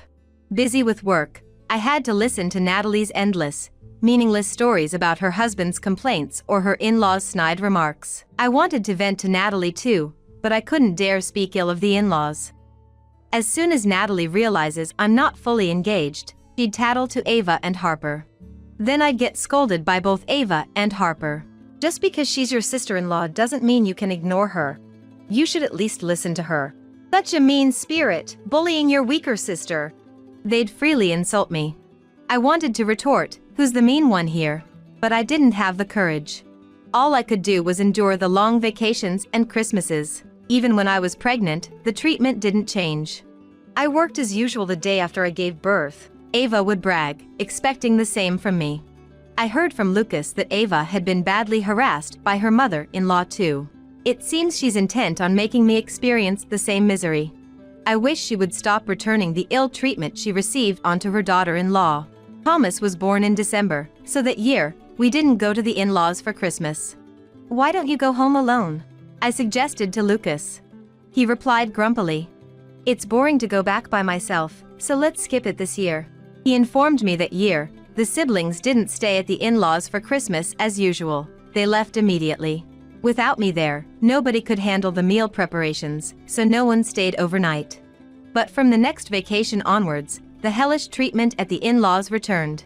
Now, I had to take care of Thomas while preparing meals and accommodations. When Thomas dirted his clothes and I had to do laundry at the in-laws, "Since we're letting you use the washing machine, do our laundry as well." they started making me wash their laundry too. Seeing this, the sisters-in-law began piling their laundry on me as well. I ended up folding Ava's and her sister's laundry. Completely turned into a housemaid, they even dumped childcare on me. "Looking after one or two kids is the same. Please take care of my son," they'd say before leaving the newborn with me and going out to have fun with Ava and the family. Only Jackson stayed home, pretending not to notice anything and watching TV. I was shocked when even Lucas left with Ava and the others. From that moment, my affection for Lucas began to cool off. As I was taking care of the two babies, one of them would inevitably start crying. Then Jackson would explode in anger. "The noise is so loud, I can't hear the TV. Finally got rid of the annoying bunch, and I can't even watch TV in peace." Jackson, usually quiet in front of Ava and her daughters, didn't hesitate to complain to me. I hated his silent pressure on regular days, but him yelling like this was just pathetic. The men in this house only act tough when the women aren't around, then badmouth them behind their backs, especially Mason, who is amusing to watch because of his drastic two-faced nature. In front of Ava and the sisters-in-law, he's all smiles, serving food and drinks diligently. But when the women are absent, he's swapping nasty comments about their wives with Ethan. Not caring about how it affects me, his wife, they freely talk trash. "Why do we have to come here every vacation and Christmas? I feel the same. It's nothing but torture for us husbands. Moreover, just between us, my marriage isn't going too well, so next time I might not be here," they'd say, laughing uproariously. Whether they're joking or serious. They don't care that I'm listening, the conversation escalates. Honestly, my marriage isn't great either. My wife is too domineering, always looking down on me. They glanced around, and seeing it was just me, they began whispering. "My wife is just like her mother. Thinking about her getting even tougher with age is dreadful." Daughters do resemble their mothers, don't they? Recently, even her face is starting to look like her mother's, and it's creepy. Both of them were rolling on the floor, laughing at their own words. I began to wonder if Lucas also talked badly about me when I wasn't around. These two, laughing at such talk, would transform into entirely different people the moment Ava or the sisters-in-law appeared. They knew that if I told Ava or the sisters-in-law about their behavior, I would be the one accused of lying. That's why they felt free to speak ill of Ava and the sisters-in-law in front of me. Year by year, the workload dumped on me during the holidays at the in-laws grew heavier. Apart from meals, overnight arrangements, childcare, and laundry, now I was even tasked with picking up and dropping off Natalie's family. During a meal right before everyone was about to leave. "I'd like a beer, but I have to drive home, so maybe I should refrain," Mason mentioned. Hearing this, Ava chimed in. "From next time, let's have Olivia pick you up. That way, you can drink beer without any worries," she suggested to Mason.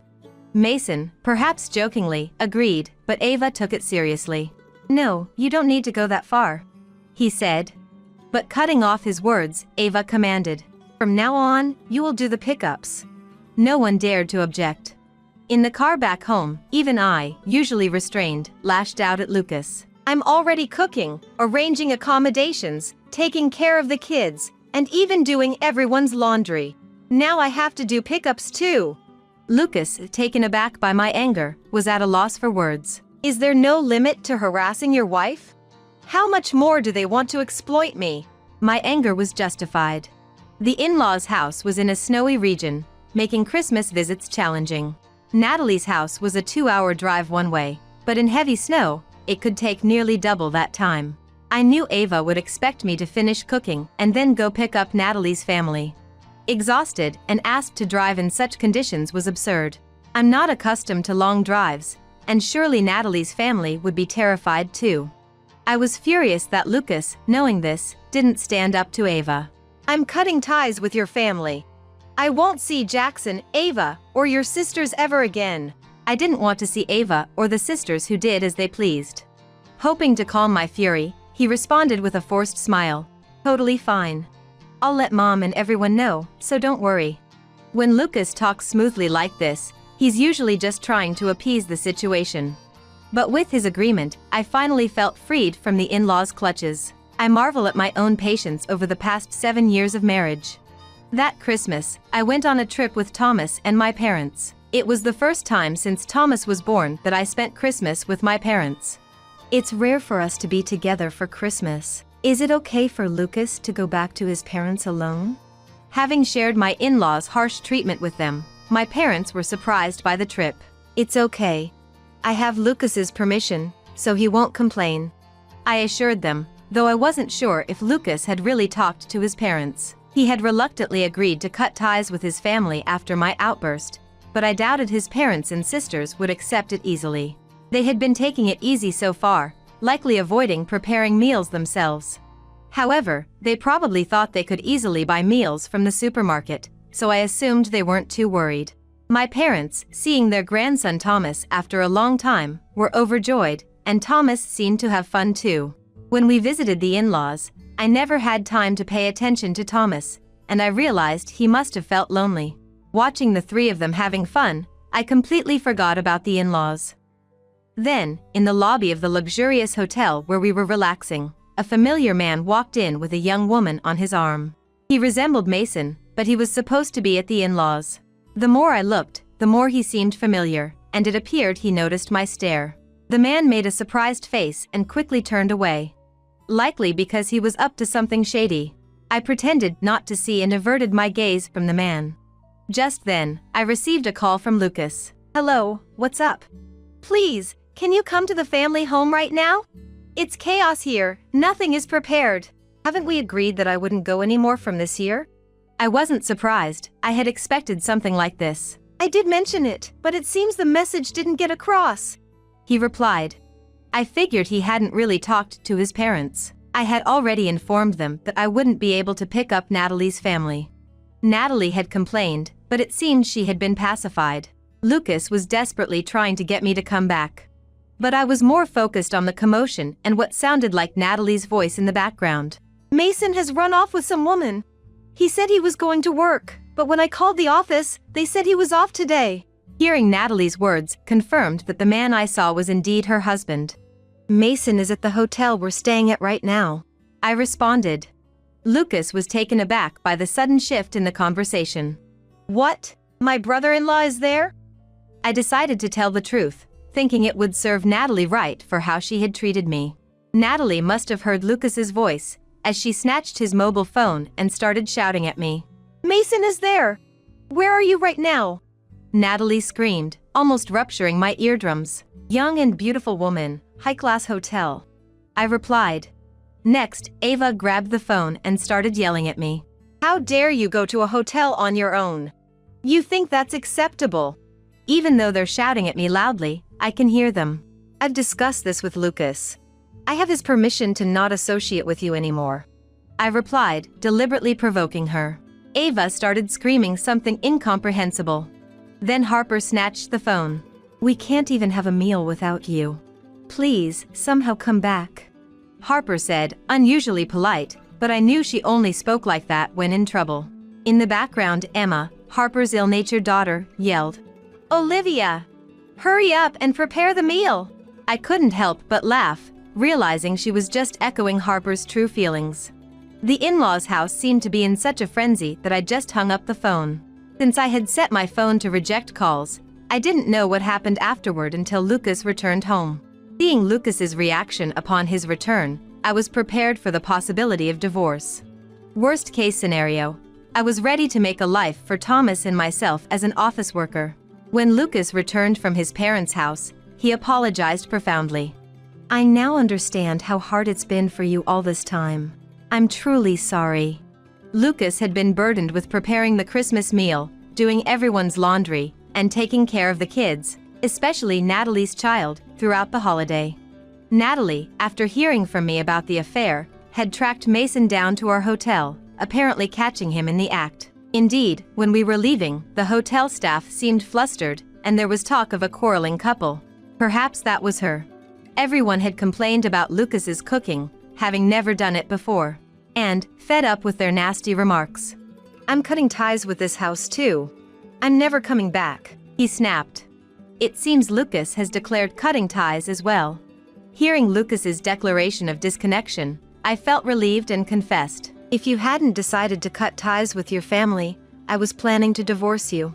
Smiling as I said this, Lucas began to cry and apologized again. I'm really sorry. Believing in his tears, I decided to keep striving together as a couple. From that year on, we decided to go on trips with my parents for Christmas. Both my parents and our family are delighted, and we intend to keep this tradition.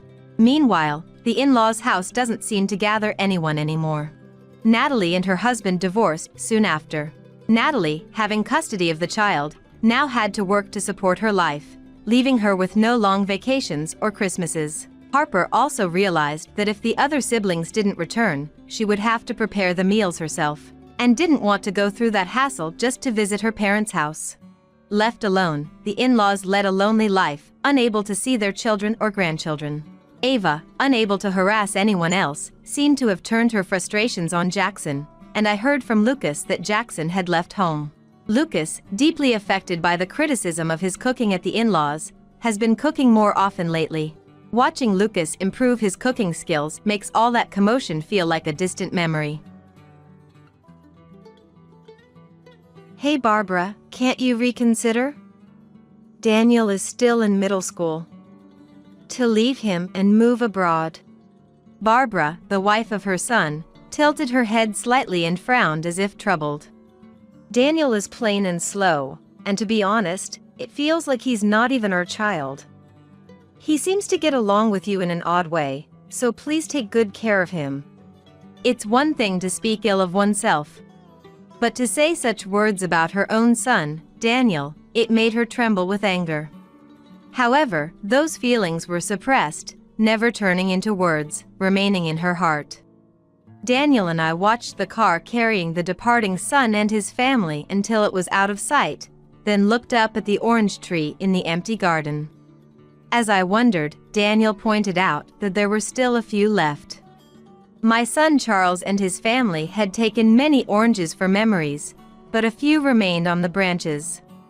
From a distance, it was hard to see clearly, but some of the fruit seemed to be slightly damaged. Does that mean they didn't want those oranges? As it got colder with a slight breeze, I suggested to Daniel that we go inside, but he shook his head slightly and turned to me, his face overflowing with tears.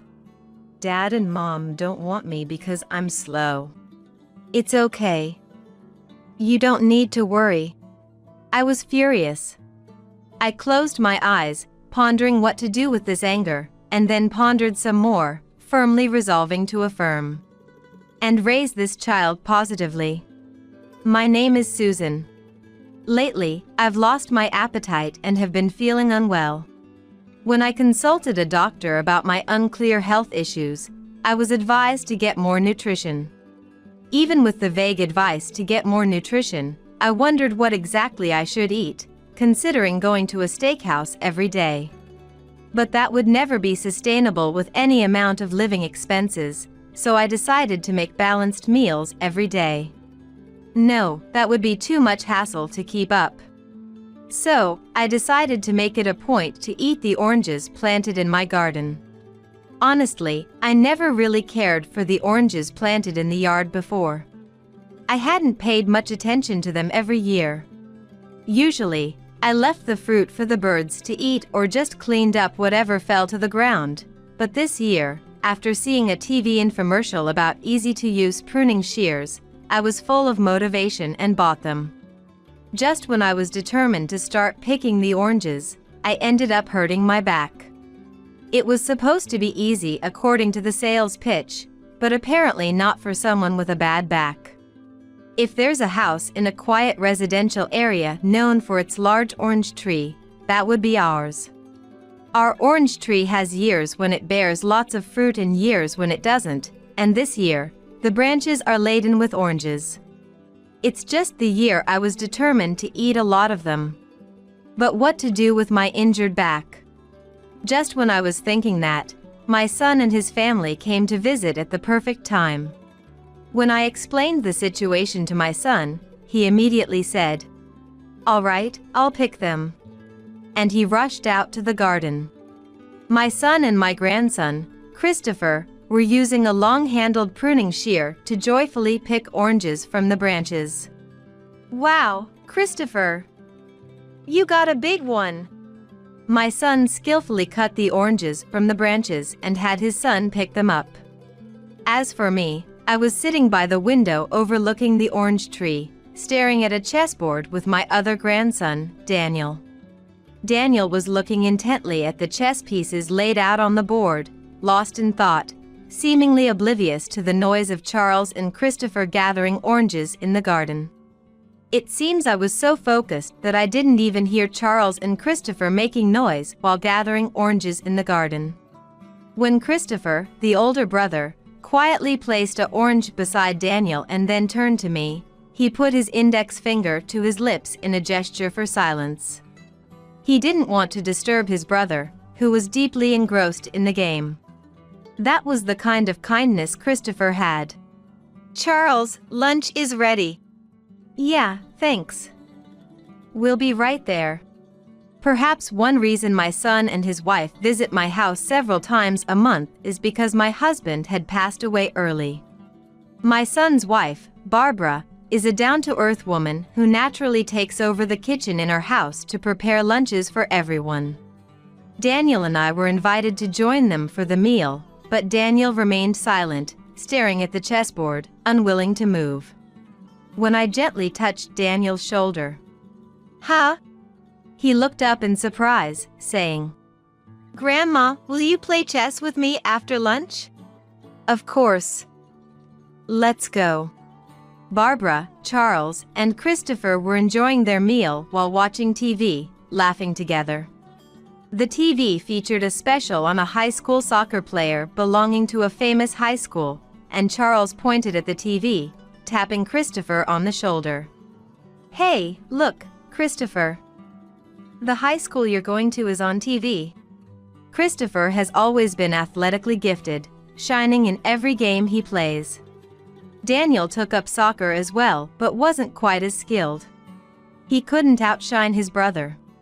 Barbara looked at Christopher with joy and said, I heard from a friend that Christopher is quite famous among middle schoolers. He's really good at soccer. It seems his name has even spread to other schools. She looked even happier than Christopher, the subject of the conversation. I couldn't help but clear my throat and glance at Daniel's expression.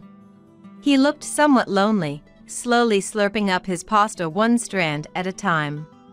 Now that Christopher has a scholarship for soccer in high school, it's Daniel's turn. With a promising brother like Christopher, Daniel will surely improve quickly too. Right. Christopher and Daniel, let's play soccer in the park after lunch. But Charles, isn't Daniel going to continue with chess? Oh, right. You haven't finished yet? I informed Charles that the game was still ongoing. Then, I suggested if they'd like to join us in chess, though playing soccer is also great. Charles and Barbara exchanged glances and started laughing together. You're joking, right? Playing chess by the window on such a sunny day? What an unhealthy hobby. Charles, that's a bit harsh on Susan's only hobby.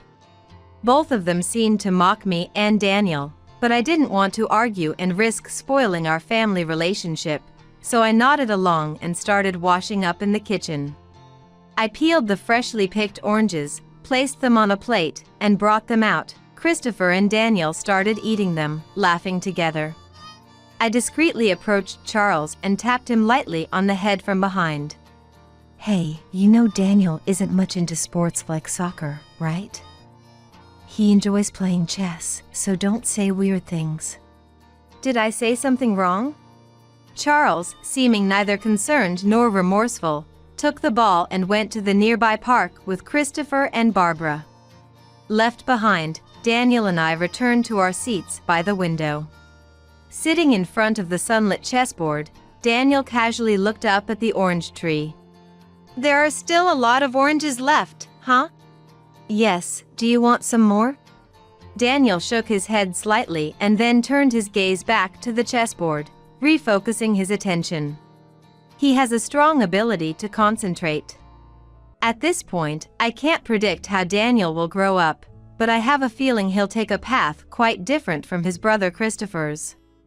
And so years passed since then. On a sunny day, Daniel and I were again eating oranges picked from the garden.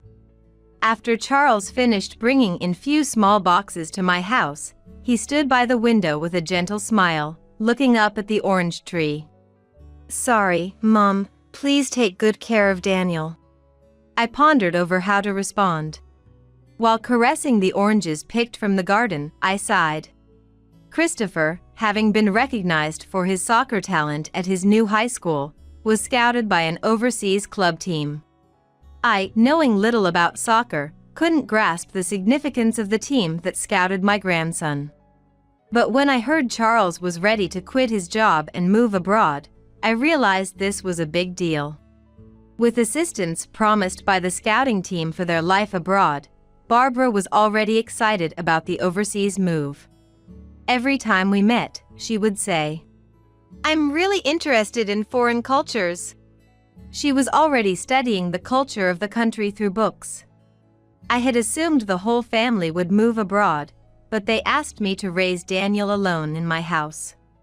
Christopher was initially surprised and was opposed to the idea. Think about it, Christopher. Wouldn't Daniel be happier living here with Grandma than in an unfamiliar environment? Don't you think so? But Barbara convinced him by saying so. And today, after moving all of Daniel's belongings into my house, they were set to leave on an afternoon flight. Daniel looked sad as he checked the contents of a cardboard box filled with his clothes. Charles and Christopher, knowing they wouldn't return to this house for a while, picked many oranges from the garden tree as a final memory. As the tree's branches became bare with each orange picked, it started to look naked. Daniel, Grandma might not feel well sometimes, so help her out, okay? And work hard on your studies too. Charles said this to Daniel as he cheerfully bid farewell. Though I knew it was already decided, I couldn't help but pull Barbara aside to a spot away from Christopher and Daniel and started speaking in a low voice. Hey Barbara, can't you reconsider? Daniel is still attending middle school. To leave him and move abroad. Barbara tilted her head slightly and frowned as if troubled. Daniel is plain and slow, and to be honest, it feels like he's not even our child. Since he seems to get along with you in a strange way, please take good care of him. It's one thing to speak ill of oneself, but to say such words about your own son, Daniel, made me tremble with anger. However, those feelings remained pressed deep into my heart, never turning into words. Daniel and I watched the car carrying my departing son and his family until it disappeared from view, then turned to look up at the orange tree in the empty garden. As I wondered about the tree, Daniel spoke and pointed out. There are a few left. Charles and the others had taken many oranges as memories, but a few remained on the branches.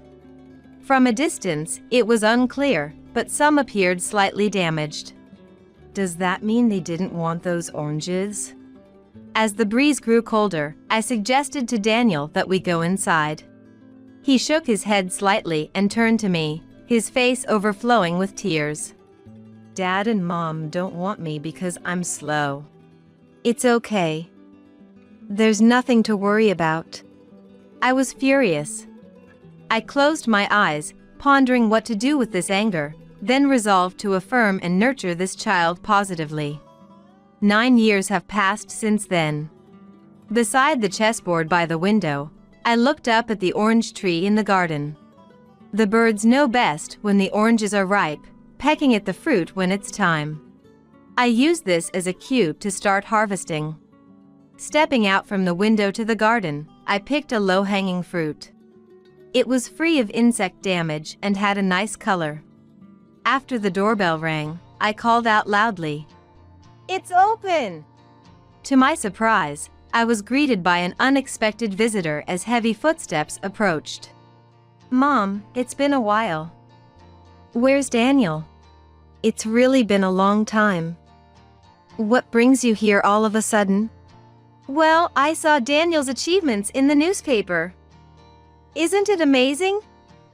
Finally, he feels like our son. As I sighed heavily and sat back down in front of the chessboard, Barbara asked, "Where's Daniel?" He's reading a chess magazine in his room. He's a pro now, so try not to disturb him.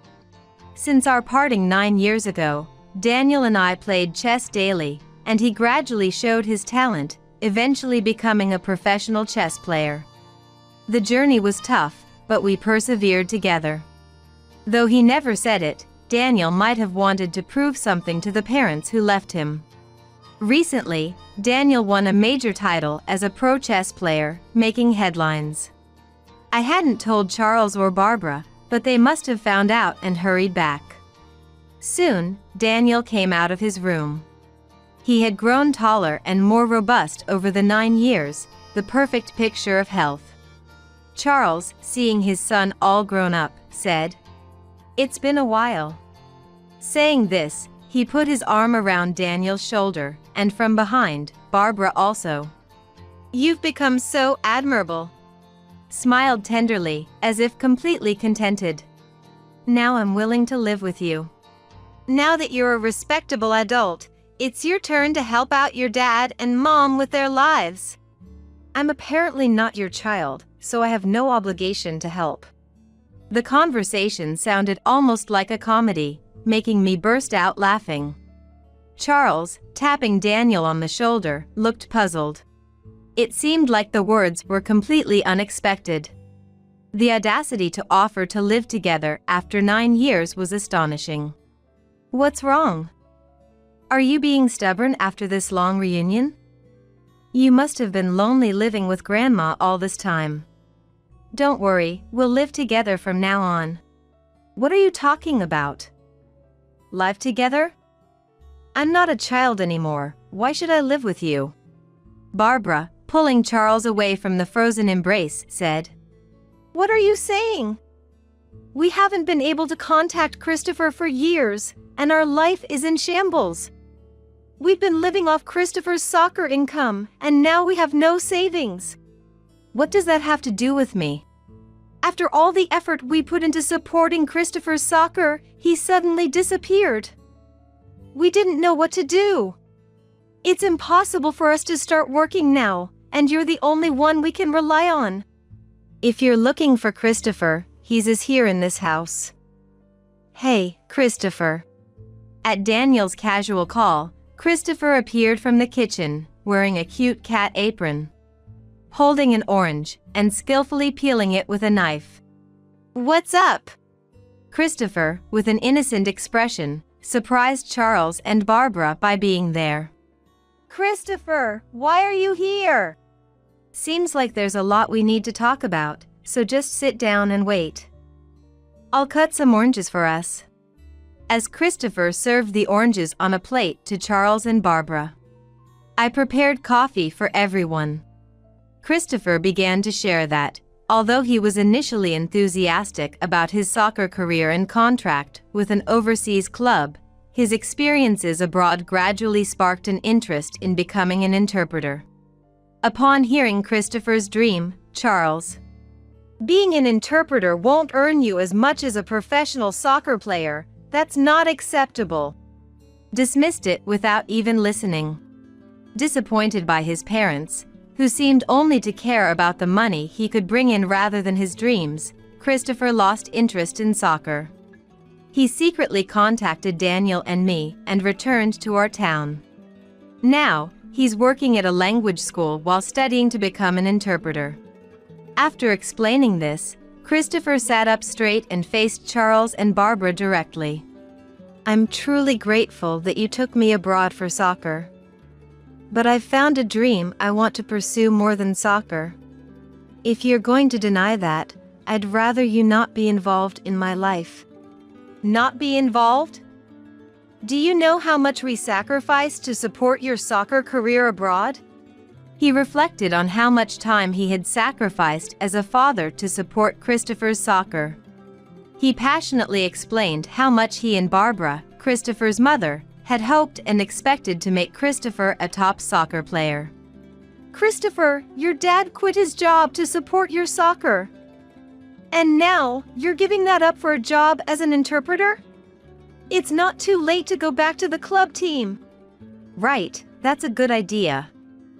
If life gets tough until you succeed in soccer, Daniel can support us. He's a famous chess player now, after all. The conversation seemed somewhat detached from reality. Perhaps even Charles and Barbara realized the absurdity of their words. Despite understanding the unfairness of their situation, fear of not being able to survive without such plans seemed to drive their irrational statements. The reason no one spoke up wasn't because the discussion had concluded, but rather because the end point of the conversation had become unclear. I poured coffee into each of the empty cups. The scent of coffee filled the living room, which was enveloped in silence. Daniel quietly shifted his gaze to the chessboard by the window. After Dad and Mom left for abroad, I played chess almost every day. Left for abroad? That makes us sound like the bad guys. Do you think you would have been happy if you had come with us? You're right. If I had lived with parents like you, I might have lost sight of what I was striving for, just like Christopher did. This provocative stance immediately angered Barbara. She stood up and lunged at Daniel, prompting me to quickly step in front of him to block her. Barbara glared at me and shouted at Daniel. Move! How dare you speak to your parents like that? Speak to your parents? It's been 9 years. 9 years! You didn't come back to see Daniel even once in all that time. Can you imagine how long these years have been for him? We are their parents, you know? Can you believe that children wouldn't help their parents? Christopher and Daniel are saying they're abandoning us when we're in trouble. Charles, not wanting to be outdone by Barbara's intensity, stood up to face me as well. Exactly. It's irresponsible not to help when your parents are in trouble. It's a child's duty. You're talking about duty? I mentioned I was feeling a bit unwell 9 years ago, remember? Yet, you chose to ignore that and went abroad. It's shameful to change your tune when it suits you. But that's because... Charles mumbled awkwardly, his gaze darting around, not sure what to do. Christopher approached Daniel with a calm voice and apologized. I'm really sorry for everything. Dad, we've decided we want to cut ties with you and Mom. Can you just leave us alone from now on? Don't joke around. What do you take your parents for? Use us when convenient and discard us when done? You're going to abandon us irresponsibly while we're struggling with our lives? Involuntarily, I found myself shouting. That's not it! My voice might have echoed throughout the quiet neighborhood, possibly heard by the neighbors. But I couldn't worry about the neighbors at such a moment. I grasped Christopher and Daniel's hands firmly in mine. Holding them by my sides, I could feel them trembling slightly. Despite their calm demeanor, they were frightened by their biological parents' sudden visit. I knew I had to express the anger on their behalf. It was time to voice the feelings Christopher and Daniel had harbored towards their parents. It's the adult's job to work for their children, not the other way around. We're the parents. We are a family. After abandoning a young Daniel and selfishly deciding on Christopher's potential, like you have any rights to say that. How are you their family? At my words, Charles's eyes widened in shock, and he reached out to grab my collar. Instinctively, I braced for any potential violence by curling up defensively. However, Daniel quickly stepped in front of me and effortlessly lifted Charles, sending him spinning through the air. And before you know it, Charles was lying on the ground, looking up at Daniel. In a state of shock and lying down, Charles is too astonished to say anything. He probably never imagined that the once frail Daniel could throw him. I won't allow anyone to harm our family. Being completely thrown can make a person feel utterly defeated. Charles, lying on the ground and looked down upon by Daniel, must have felt a deep sense of embarrassment. Barbara rushed to Charles with a worried look, but he got up, saying, I'm fine. However, the aggression he had shown earlier had vanished. Voices from outside could be heard. It seemed the neighbors had gathered, alerted by the shouting from our house. Charles and Barbara exchanged glances and hurriedly left the house, their departure marked by their pitiful retreat. Their future, after such a humiliating exit, remained unknown. Relying on Christopher's income from soccer, Charles and Barbara had little in the way of qualifications or work experience, making it difficult for them to find decent employment at their age. 2 years later, Christopher successfully became an interpreter. His work took him to various places, keeping him busy. Daniel continued to diligently study and practice chess, striving to master the game. Both brothers excelled in their respective fields. As for me, with my grandchildren grown and independent, I started teaching at a children's chess club, aiming to nurture their interests. Having loved chess since childhood, I had once dreamed of becoming a professional player. Despite joining chess clubs in middle and high school and competing in numerous matches, I recognized my limitations and eventually lost faith in my own talent.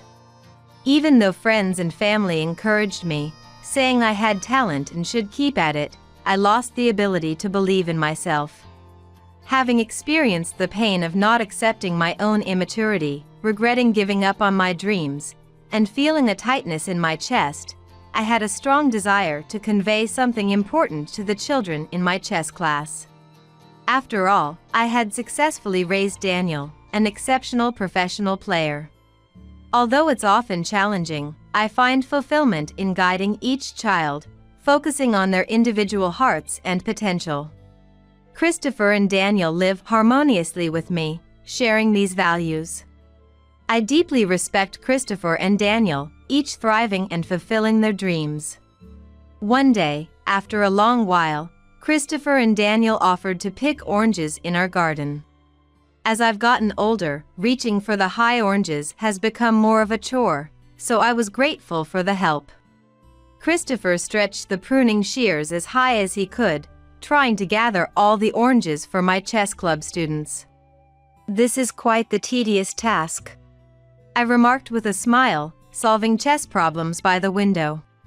I remembered how I used to challenge Daniel with my own chess problems, but now, as a professional player, he would present me with puzzles and watch amused as I pondered over them. "This one's tough." It's a joyful realization that Daniel, whom I taught chess, has far surpassed me in skill. Hearing laughter, I saw Christopher and Daniel gathering oranges with joy. "Grandma? What's up?" "There's something I've always wondered about every year." Daniel pointed to an orange located at the very top of the tree. "That branch is always out of reach with the pruning shears, so picking from it is forbidden. Shouldn't we pick all of them for your chess students?" I stopped Christopher from fetching a ladder from the shed. "Leaving a few oranges on the tree keeps it from looking completely bare." I chuckled. "Leave that one. It's meant to be left there." I used to look at the remaining oranges after Dad and Mom left us and wonder if I was like those unwanted fruits. Daniel's face showed a hint of sadness. I remained silent, focusing on the chess problem. "Not just for oranges, but there's an old custom of leaving one fruit on the tree instead of picking them all." Daniel came over to me and watched as I pondered over a chess problem he had created. His expression bore the same youthful look as it did back then. "There's an old custom of leaving one fruit on the tree as a token of gratitude and hope for future harvests." Gratitude and hope.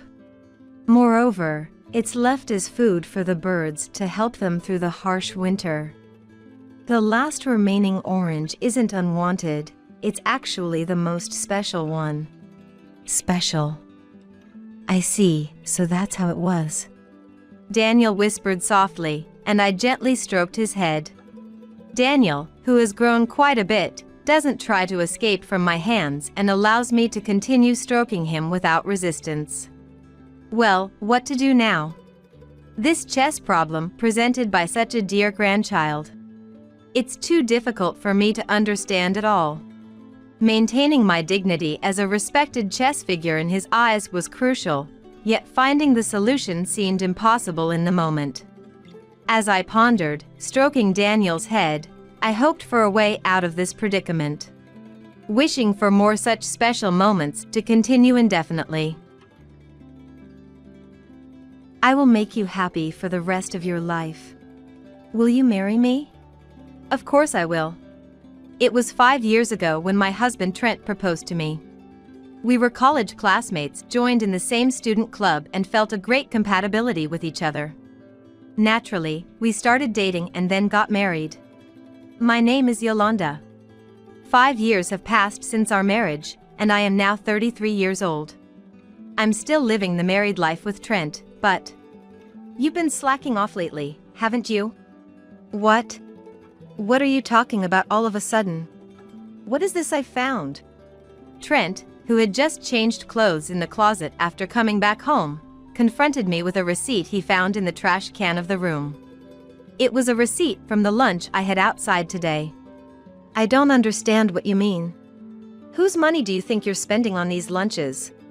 I'm having trouble here, you going out for these expensive lunches every time, especially when you're not working. Don't live luxuriously on my dime. The happy atmosphere of our newlywed days had faded over the 5 years.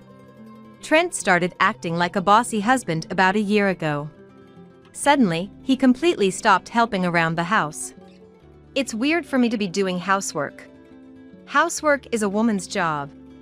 Especially since you're a housewife, I shouldn't be helping you. With a mean smirk, Trent started making snide remarks. Although I was puzzled at first, I got used to his attitude within half a year. However, he wouldn't give me any answers when I asked why he changed. Yet without any clear reason, Trent just kept on bossing around every day. But look at the cost of that lunch, it's pretty cheap, right? It's not even $15 per person. I don't think it's expensive enough to be angry about, and it's not like I go every day. Is it bad even once a month? What? Just because it's infrequent, you think that makes it okay? Are you kidding me? Whose money do you think this is? But... It's not your money. It's my money. So if I say it's a waste, then it's a waste. If you're upset about it, do something about it yourself. Don't be unreasonable. Besides, you were the one who said I shouldn't work. Isn't that a bit much to say? I kept working even after we got married. But in the second year of our marriage, Trent got transferred to a different department and started working long hours. That's when he asked me to quit my job. He said he wanted me to be at home when he was tired and coming home from work. And so, to fulfill that wish, I quit the job I loved. Women working outside the home never leads to anything good. Quit it, quit it. And if you did work, could you manage household chores too? Impossible, right? It's clear you wouldn't be able to handle it all perfectly. But I don't think it's right to complain like that. However, I had already reached my limit with Trent's attitude. I wondered why he needed to say that far. Without any clear reason or cause. And no answers even when I asked him directly. I was thinking that if this continued for life, maintaining our marriage would be difficult. With that way of speaking and your ridiculous attitude, it's really unbelievable. If that's the case, I won't do the housework and will go out instead. I'll take care of my own chores, but you'll have to do your own, Trent. What? Why the hell? Isn't it obvious? There's no way I'll do this being blamed like that. I don't know where you got these ideas, but the days of housework is women's work have already gone. If you're going to keep complaining, then I have my own plans. I began to calmly clear up the dishes in the sink. Usually, when I speak up like this, Trent loses his words and starts mumbling, "No, I didn't mean, But even paying attention to that is tiresome. Ending a marriage isn't something that can be done easily. That's why a part of me still wants to believe that one day things will change. Tossed around by this difficult issue, I kept wondering whether I should cut ties with Trent. Then one day, out of the blue, Trent sent me a message. "Starting next month, I'll take charge of your wallet." I had no idea what he was talking about, but that night, when Trent came home, he started to explain.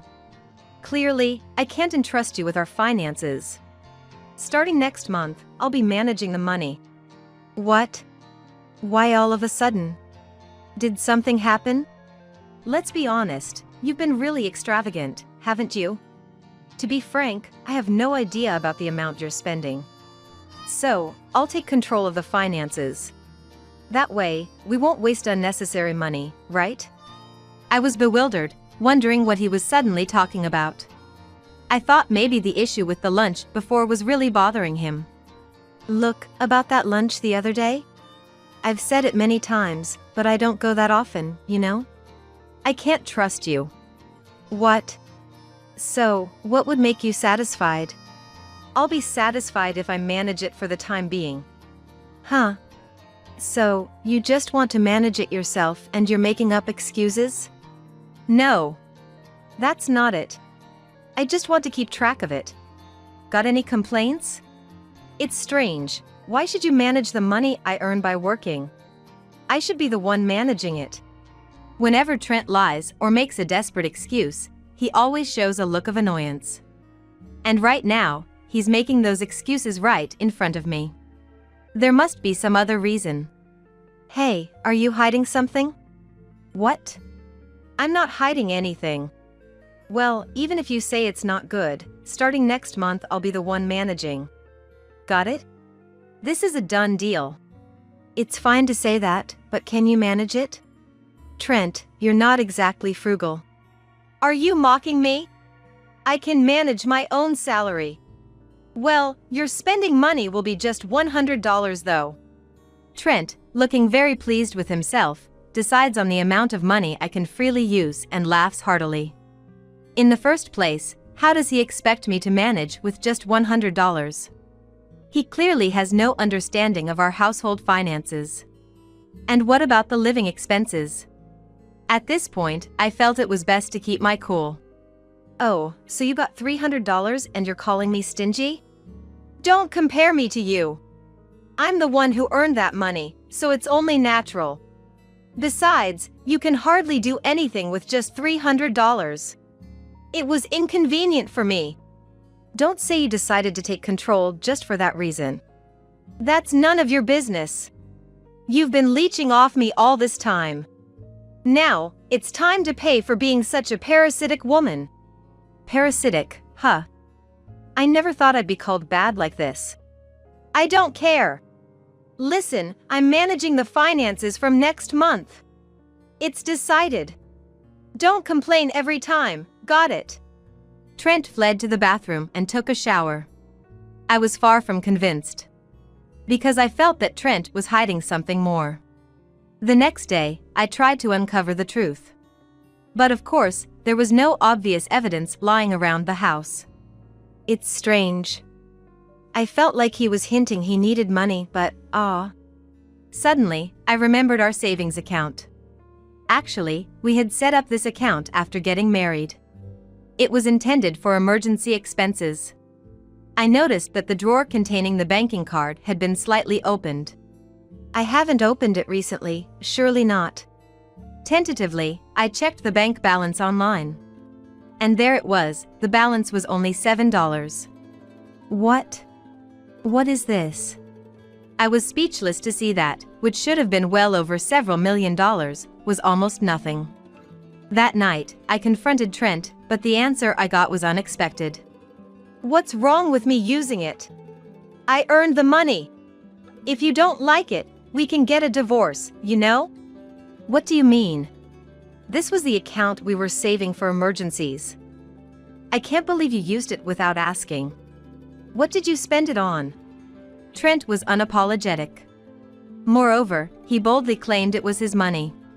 However, the withdrawn amount was about $6 million. Obviously something was wrong.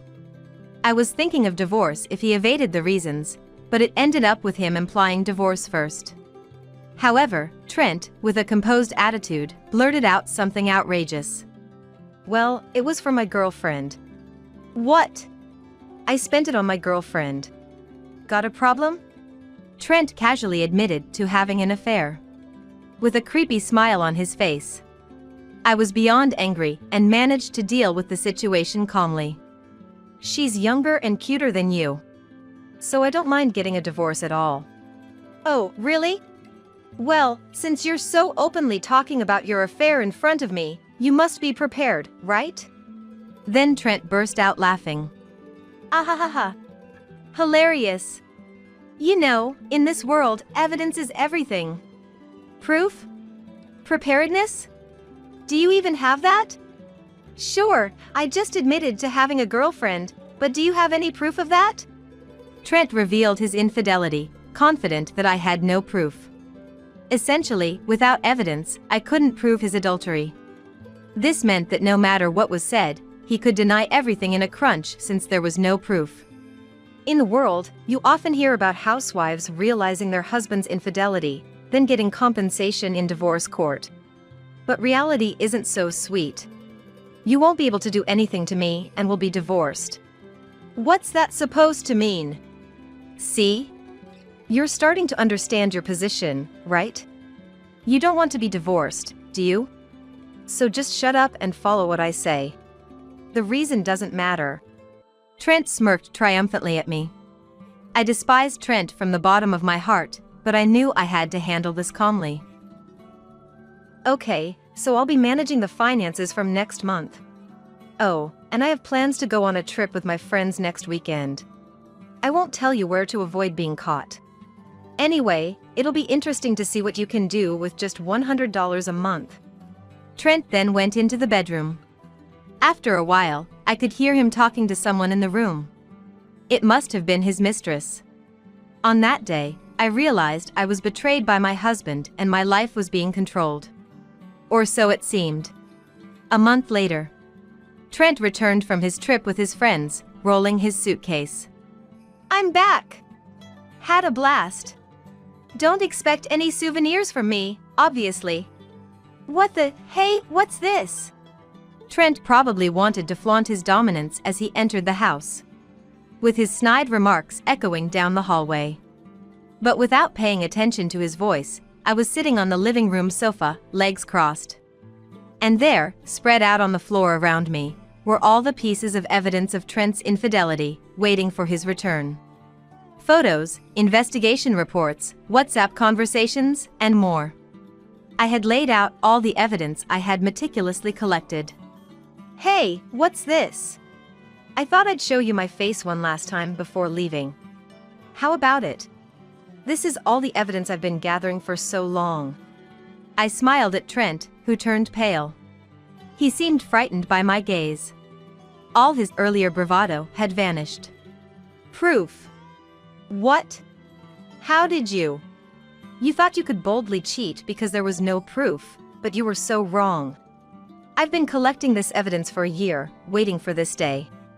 A year ago, I had accidentally seen a ridiculous message of "I love you" on your mobile phone a year ago, which tipped me off about the affair. Since then, I had been discreetly gathering evidence, entrusting it to professionals. Wait. How did you collect all this evidence? You'd need money to hire a professional. You didn't use my money, did you? I think it's questionable that you keep referring to it as your money, but right after I discovered your affair, I started a data entry job to have my own disposable income. What? I did all this to save up for investigation costs and gather evidence. But the side job ended up being more successful than I thought. Within half a year, I was making as much as an average salaried worker. That's why I could afford to go out for lunch without worry and even hire a professional. Are you serious? I plan to keep doing it. So let's get a divorce. I don't need you anymore. I stood up from the sofa and was about to leave the room, when Trent grabbed my arm. Wait. I don't want a divorce. What? I quickly shook off his grip and glared at him.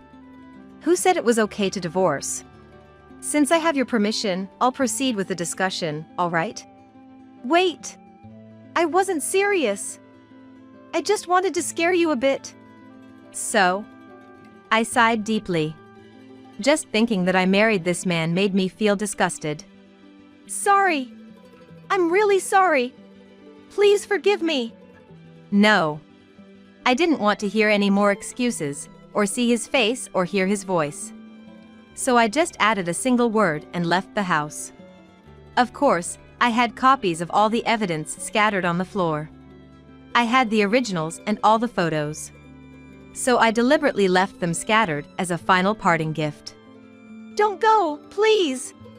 I'm begging you. I ignored his familiar voice behind me, closed the front door, and went back to my parents' house. 3 days later, Trent, his mistress Yvonne, me and my lawyer arranged to meet. The topics were only compensation in the divorce case and repayment of the squandered savings. I demanded $3 million from Trent and $1.5 million from Yvonne. Don't joke with me. I will absolutely not pay $1.5 million. Yvonne came at me, yelling loudly. Trent tried desperately to stop her, but I was not idle enough to deal with these foolish people. Or rather, Trent had no taste in women. A junior from the same company, just because she's fairly good-looking, he got involved with such a woman. All right, if that's the case, we won't settle out of court. Let's go to trial then. What? A trial? Why? I became weary of even explaining inside, ready to leave the place. Why do I have to confront such idiocy?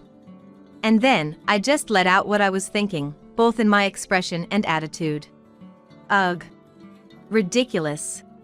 You knew he was married when you got involved with him, right? Don't you realize that's wrong? How old are you? You're wrecking someone's family. You should be grateful we're even considering a financial settlement. It'd be wise for you to recognize that you're getting off easy, Use whatever brains you have left. What? I can't stand to hear your excuses. Okay, so no settlement outside of court. I really don't want this to drag out, but it seems I have no choice. We'll settle this in court then. And of course, we'll have to inform your company about the lawsuit caused by your affair, right? Make sure you tell them. Goodbye, you won't get another chance. Wait a moment. Yolanda. Sorry. I'm so sorry. Please don't go to court. I let out everything I wanted to say all at once. And then, I resolved to take it to court. Not agreeing to an out-of-court settlement and going to trial is common sense in society. The other party is senseless, but maybe they'll understand how terrible their actions were if they suffer the consequences. I thought they deserved to go through that pain. Afterward, Trent tried to contact me numerous times, but I ignored all of it. I shut out all communication and consulted with my lawyer about the divorce trial. The trial began, and both sides had lawyers, but then they sought a settlement. However, I refused it. I already gave you a chance, I said. And then, I won the case. Even though the compensation was reduced, I was really glad to settle everything decisively in court.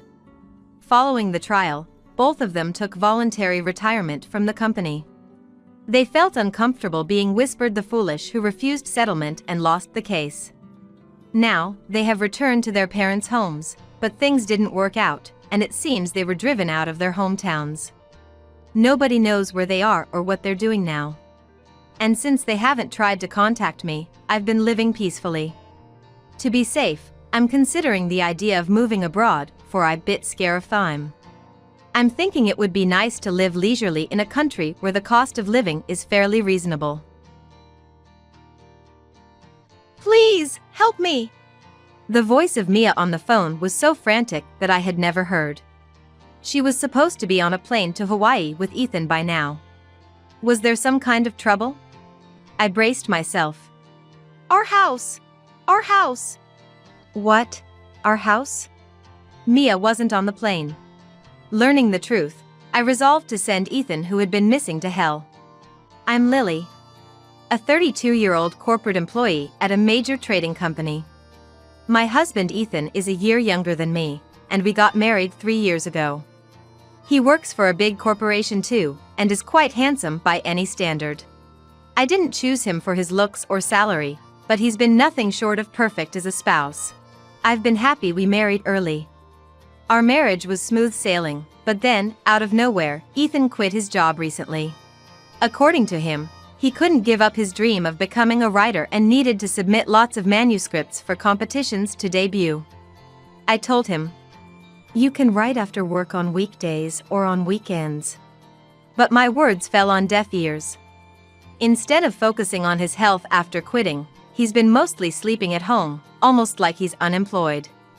Hey, if you're going to be at home, at least do some housework.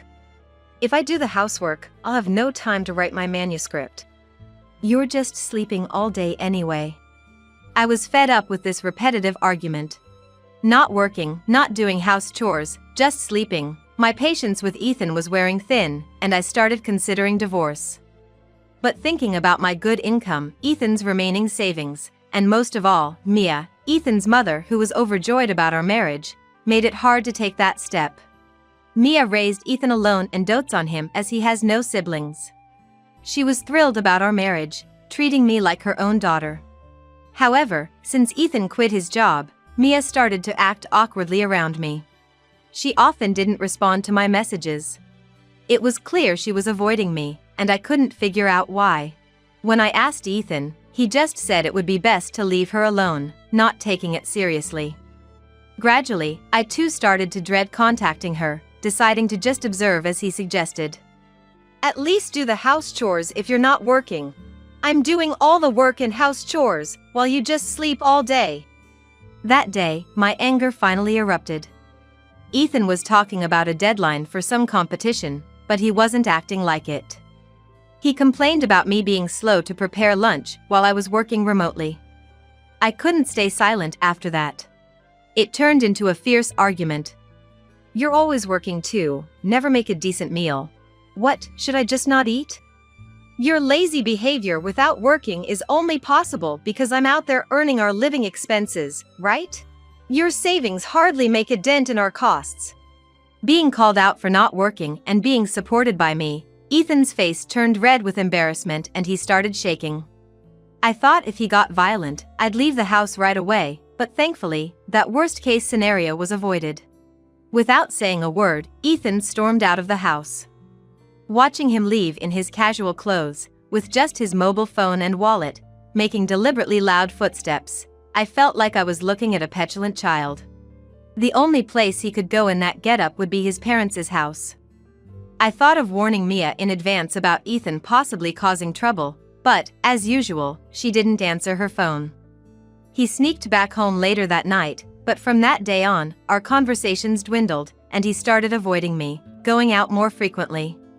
For an unemployed Ethan, his destinations were limited, usually his parents' house, and sometimes I'd find receipts from internet cafes. I tried to initiate conversations several times, but each time, he would escape to his room or just leave the house. I gave up on repairing our relationship and started preparing for a divorce. I thought it best to inform Mia about the divorce. I sent texts and made calls, but got no response. Even when I asked Ethan that something might have happened to her, he just said she was fine. Considering how often he visited his parents' house, I believed him, but I started doubting his whereabouts. I could just ask Mia how often he visits her, but I couldn't get in touch with her. I thought about investigating his whereabouts myself, but with work and household chores, I didn't have the time or energy. Returning home after a late-night overtime shift, I found him fiddling with something in front of the closet. What are you doing up so late? Welcome back. Actually, I'm planning to take Mom to Hawaii tomorrow, just packing for the trip. Tomorrow? That's quite sudden. Unconcerned by my surprise, he happily packed the luggage. I knew Mia always wanted to go on a trip. After Ethan's father passed away when Ethan was young, Mia devoted herself to working and raising him alone. She rarely even went to the department store, let alone on trips. I remember her saying that with a wistful smile. This month, Mom turns 60, so I thought I'd fulfill her long-standing dream. Mia's turning 60 already. Yeah, that's why I've been working part-time lately, saving up money for this. But there's a bit of a problem. He looked up at me. I've got enough for Mom's part of the trip, but I'm short for my half. I've been saving, but it's not enough. So, I was wondering, Lily, could you help out a bit? Is that okay? He looked at me with a pleading expression, radiating charm as if refusing him would be unthinkable. So, you're saying I should pay for your part? Startled by my unexpectedly cold tone, he hastily shook his head. No. Just lend me the money. I'll pay it back after the trip. And you're not going to fail to pay me back because you can't find a job, right? I glared at him, and he looked suspiciously guilty. I was astounded by his audacity. I won't do that. Trust me, I can even write a commitment form if you want. All right, let's do that. I pulled a piece of paper and a pen towards me. After the trip, you'll get a full-time job and start paying it back. No part-time jobs, understood? He grudgingly agreed, though he seemed reluctant. And if you can't pay back, we'll divorce. We'll settle it in court with a third party. Divorce? He looked visibly unsettled. Maybe the reality of divorce hit him hard. Still, when I insisted I wouldn't lend him the money unless he agreed to these terms, he reluctantly accepted. I wrote down the conditions and the amount, and had Ethan sign it. Make sure you pay it back. I know. I made a copy of the agreement and handed it to Ethan. It might be a good idea to show it to Mia if I get a chance. Feeling exhausted, I left him by the closet and went to bed. I intended to see him off, but he must have left early.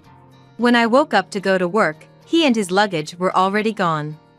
Thanks to yesterday's overtime, my workload today was light. I could finish my work in the morning and take a half day off.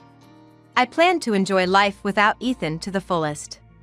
After finishing my work in the morning, I was having lunch, wondering if he and Mia were on the plane by now, when my phone started ringing loudly. Thinking it might be a work call, I answered without checking the caller. Ah, good, you picked up. It was Mia's voice, desperate and strained, not at all like someone in the middle of a luxurious Hawaiian vacation. Mia, what's wrong? The trip? Have you already arrived in Hawaii? Hawaii? Trip? I don't know what you're talking about.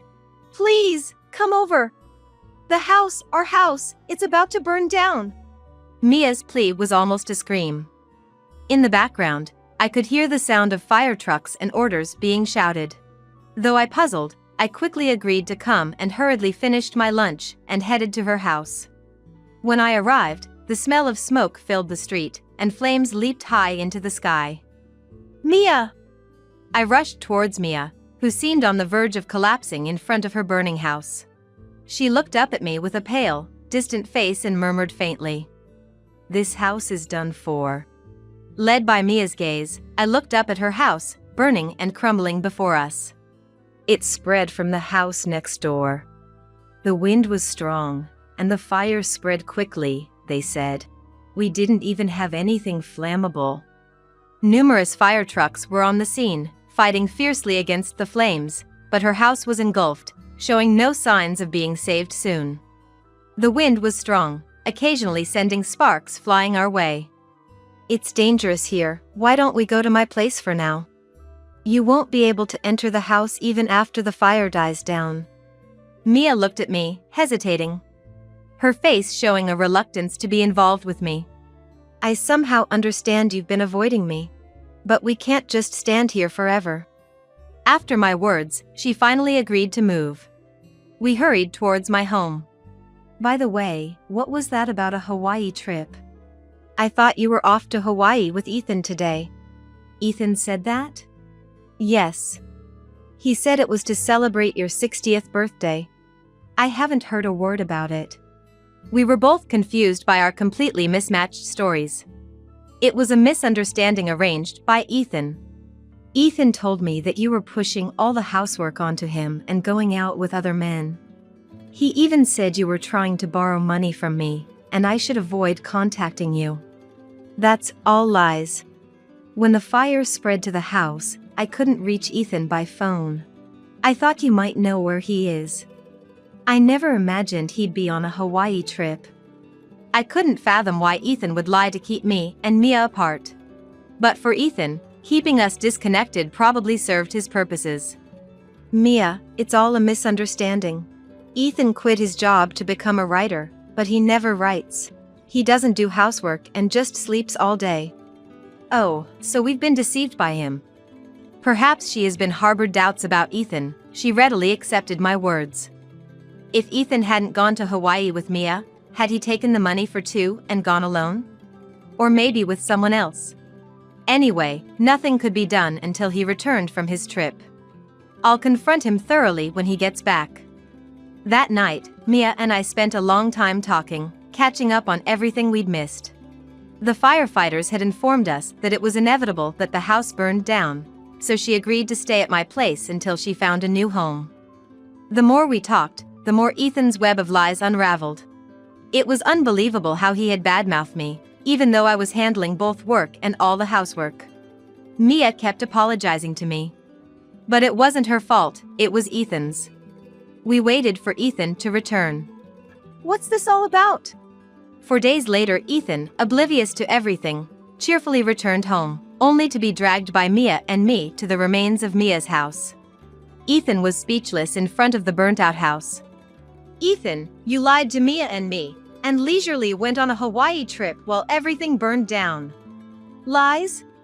What are you talking about? He was visibly shaken and unsettled. Before I could say anything, Mia stepped forward. Ethan, aren't you ashamed? Lying to Lily to get money. Who did you go on the trip with? Her anger was fierce, and I involuntarily stepped back. At first, Ethan tried to retort, but the glares from both Mia and me left him speechless. Wouldn't it be better to just admit it? If we go to court like the commitment form says, you'll lose immediately. I haven't said I won't pay it back yet. You never intended to, right? I know about your real job, Ethan.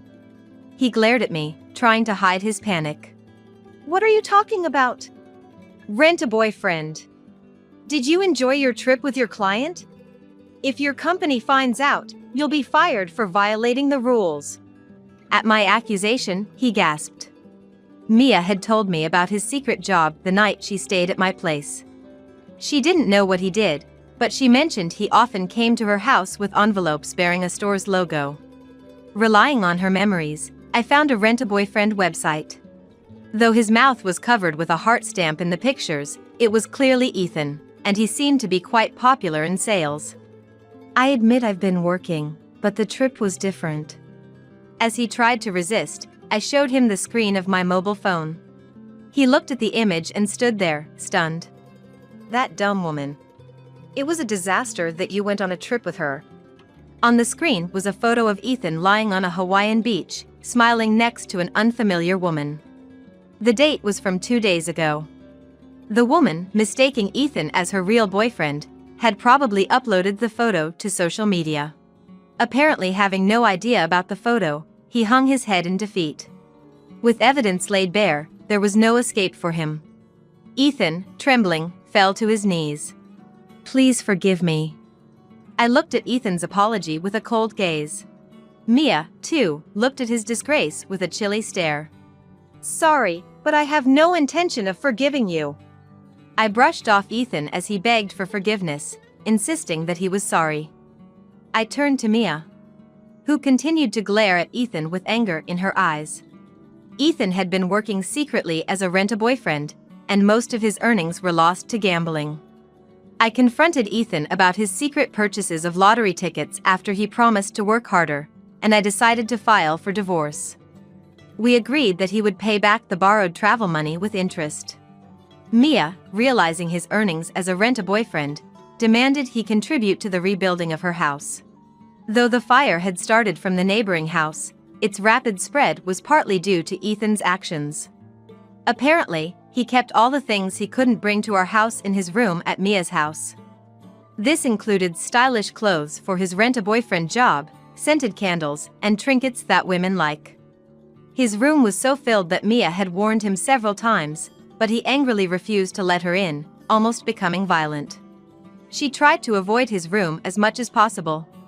Before leaving for his trip, he had rummaged through his room to get ready, leaving the dusty window open. He forgot to close it, and after the fire started, sparks flew into the room on the wind, quickly engulfing it. If he had closed the window or kept his room tidy, the fire might not have spread so badly. Although the neighboring house was primarily to blame for the fire, Mia, fueled by her anger at being deceived, demanded that he should compensate her at least partially. Ethan, intimidated by Mia and my collection efforts, apparently had been making quite a lot as a rent-a-boyfriend. He bragged about being able to pay off the debt easily, but he was fired from his job and faced a lawsuit for damages. At his rent-a-boyfriend agency, it was forbidden to go on overnight trips with clients. Meeting them without the company's knowledge, and posting about dates on social media were also against the rules. He broke all these rules, leading to his dismissal. A client who had chosen him became furious after seeing the social media post from the woman he went to Hawaii with. This led to a loss of regular clients, and the company sued him for damages.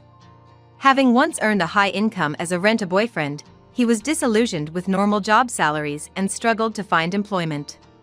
However, he was eventually forced to use his savings and take part-time jobs to pay off his debts to various parties. Mia decided to live with me until her house was rebuilt. She took over the household chores, freeing me up from my busy work schedule. On weekends, we enjoyed movies together. Once my major project at work is completed, I plan to take a long vacation and fulfill her wish to go on a trip. Although I divorced Ethan, Mia and I found we had a lot in common and would like to maintain our good relationship.